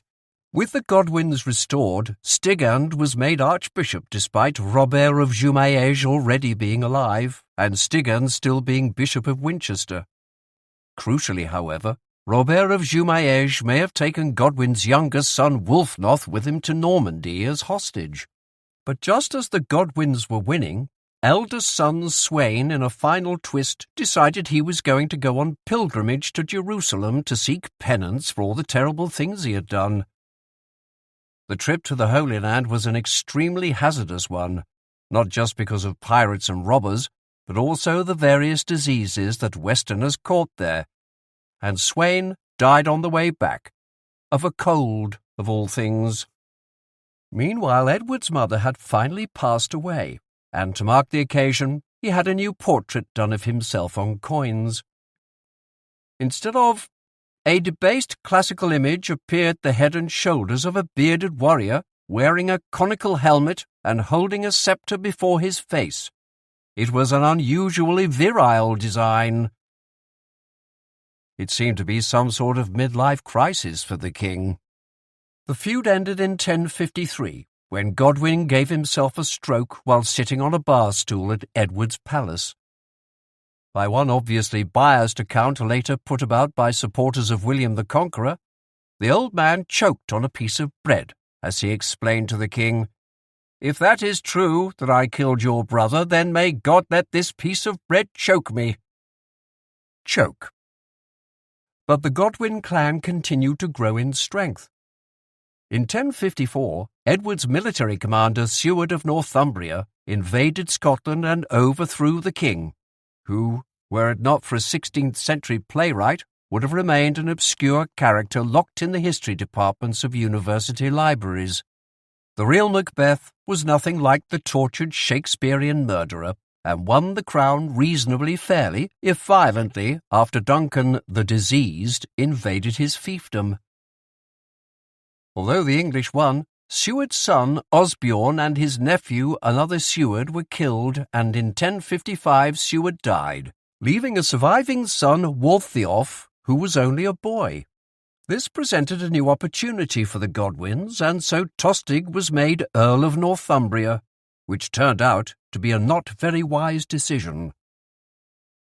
After his father's death, Harold became the under-king who effectively ruled the country, led armies, and even undertook trips to the continent. By now, Edward had basically given up on life anyway. However, in 1056, while Harold was on the continent, there was trouble in Wales, and unfortunately the English response was led by Leofgar, Bishop of Hereford, who, as can be guessed by his job title, wasn't a skilled military tactician. Leofgar had been Harold's clerk and supporter, and even wore his hair long and with a moustache, the Godwin fashion, and seen as very racy and not appropriate for a churchman. The bishop decided to lead a group of priests in battle against the Welsh leader Griffith, and they all got killed at Glasbury-on-Wye. A lesson in why bishops shouldn't really lead armies. The militia of England was called, and an unwieldy force wholly unfitted to mountain warfare led an expedition that a contemporary remembered fondly by the misery and the marching and the hosting and the toil and the loss of men and horses. The Anglo-Saxons and Britons, as the Welsh were still called, had been almost at continuous war since the former had arrived from Germany. In the 8th century, Offa of Mercia resolved the issue by building a great dike to keep the Welsh out, which now survives as a walking route. But from time to time there were raids. What especially annoyed the Saxons was the Welsh bardic tradition which surrounded their mayhem and rapine with an aura of legend, so that cattle thieves, rapists and murderers were presented in Welsh bardic tradition as mythical heroes. This has been a continuing theme of Celtic resistance down the centuries, where often the most charismatic and effective leaders were also bandits and murderers. The modern equivalent might be the glorified accounts of romantic figures like Che Guevara that conveniently don't mention all the murders they carried out. In 1063, there was another uprising in Wales, and Harold and Tostig led an army west. The conflict had begun in what is now Newport because English merchants refused to pay a fee to the Welsh, and so Harold's assembled army ravaged the area and violated the Welsh church of St. Gwynthlew, but stopped when some cheese started to bleed, and they got scared. Harold's invasion of Wales left "not one that pisseth against a wall," a chronicler said. He was also the first to instigate those laws stating that any Welshman found on this side of Offa's dyke with a weapon should have his right hand cut off, some of which are still technically the law in England. It was the Welsh tradition to behead their enemies, but Harold made such an impression on them that the Welsh chose to decapitate their own leader, Griffith, and send it to him rather than face the consequences. Harold gave it to King Edward as a gift. Although the Confessor had vaguely promised the crown to a number of people, there was an obvious choice of successor. One of Edmund Ironside's young sons, another Edward, had survived childhood in faraway Hungary, and so in 1055 King Edward sent Bishop Eldred of Worcester to Germany to ask the Emperor's permission for Edward the Exile to come to England. The bishop spent an entire year at the court in Cologne waiting for an answer from the Emperor. Finally, however, in 1057, civil war in Hungary meant the exile was willing to return. Edward, who had grown up in Hungary and had a Hungarian wife and 3 Hungarian-born children, had returned out of a sense of duty and wasn't particularly keen on the idea. However, after travelling all the way back to England, he died a week after arriving, having not even met the king yet. The death was naturally suspicious, and while the Godwins could have been behind it, he might also have been poisoned by Normans too, since that was more their style. Edward had left a son, Edgar, but he was just a child of 5. Things were made more complicated because of Harold's brother Tostig, who had become wildly unpopular as Earl of Northumbria, largely on account of his over-enthusiastic law and order policy. Northumbria was an alien place to most southerners. There were few passable roads between north and south, and the region was also far more heavily Danish, especially around York, which retained large elements of Norse dialect until fairly recently. Edward had never once been up north in his entire reign. In fact, like many upper-class southern English people, he knew France much better than anything beyond the Trent, and Harold barely went north if he could avoid it. The region was dangerous, so unsafe that it could not be traversed except in a large group, and the Earl, already unpopular for being a southerner, had apparently been too enthusiastic in trying to restore law and order. The Anglo-Saxon Chronicle said of Tostig, "Not a few charged that glorious Earl with being too cruel, and he was accused of punishing disturbers more for the desire of their confiscated property than for love of justice." One of the chronicles also said that Tostig was occasionally a little too enthusiastic in attacking evil, which sounds like a delicate way of describing an absolute psychopath. From late 1064, a number of Northumbrian aristocrats were murdered, which everyone attributed to Tostig. Over Christmas 1064, Gamel, son of Orm, and Ulf, son of Dolin, the 2 leading northern leaders, were killed. On December the 28th, another Earl, Gospatrick, was slain.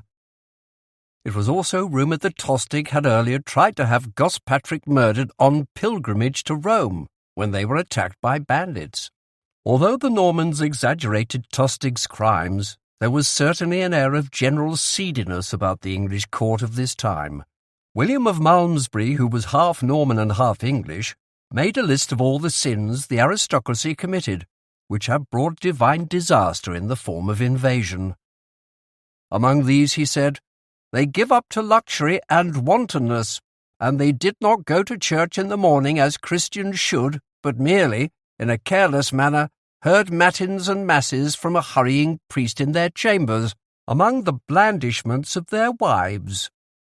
On top of this, they used to eat till they were surfeited and drink till they were sick, and one of their customs, repugnant to nature, was to sell their female servants when pregnant by them, and after they had satisfied their lust, either to public prostitution or slavery. They wore gold bracelets and short garments down to the knee, shaved their beards, and had their skin tattooed." Well, they weren't a genteel crowd, certainly. In October that year, discontent with Tostig, probably provoked by tax, finally led to an uprising in the north, led by two brothers from the old ruling house of Northumbria, Edwin and Morcar, who were barely even teenagers. The two were the grandsons of Leofric and Godgifu, of naked horse-riding fame, and after the death of their father, Elfgar felt they were deprived of status. The revolt began with the murder of Tostig's men in York and spread south as far as the Thames, threatening the country with yet another war. Harold acted as mediator, and probably agreed to exile Tostig and make the two brothers Earls of Northumbria and Mercia, while marrying their sister, even though he had a long-term hand-fast, Edith Swanneck, with whom he had a number of children. His new wife, another Edith, happened to be the widow of Griffith, whose head was last seen carried around by Harold. Small world. Presumably the quid pro quo was that they would support his claim to the throne, and so Harold discarded his mistress and brother, who now accused him of engineering the whole thing. Some accounts suggest that Harold and Tostig were rivals from early on, and a later story has the young brothers fighting at the royal court as youngsters. The embittered Tostig fled with his wife to Flanders. By now, Edward was dying, and the country was filled with foreboding. The year 1065 began with a sense of impending doom, for it was considered bad luck when the Feast of the Annunciation coincided with Good Friday. As the ditty went, "When our Lord falls on our Lady's lap, England shall have a dire mishap."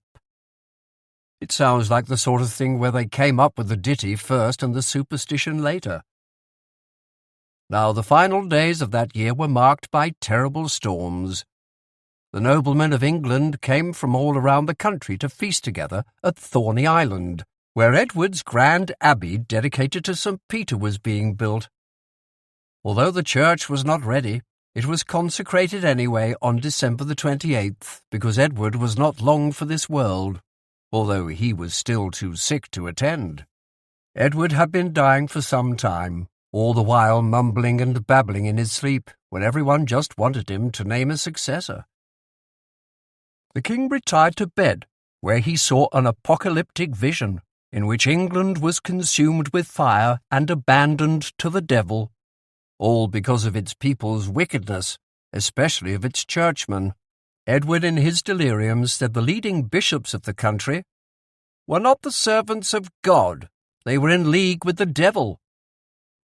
Archbishop Stigand, irritated at this babble, suggested that the king was broken with disease and knew not what he said. In Edward's derangement, he said 2 monks warned him that England was cursed by God and would suffer evil spirits for a year and a day. No prayers would prevent this, the monks told him, and the curse would only be lifted if a tree was felled halfway down its trunk, and then came together by itself and bore fresh fruit. Only then will the sins of the people be forgiven and England find respite from its suffering. Not the sort of straight answer you want in a time of national crisis. As expected, no tree put itself together, and there followed 12 months that would be remembered as the year of 3 kings, the year when the Anglo-Saxon world was destroyed and England changed forever. A date so familiar that people are advised to not use it as their pin number. Edward's great church became known as the Westminster, giving its name to the area which is now Britain's government. Despite the effort and cost involved, Westminster Abbey was knocked down in the 13th century anyway and rebuilt. Edward had told Harold, "I commend Edith and all the kingdom to your protection." It was, in effect, a nomination, and after the confessor died on January the 5th, the Witan chose Harold as king. He was crowned on the same day as Edward's funeral. Godfrey of Cambrai also wrote an epigram for King Edward, stating, "He confronted his enemies not with war but with peace, and no one thought to violate his peace," which wasn't quite true.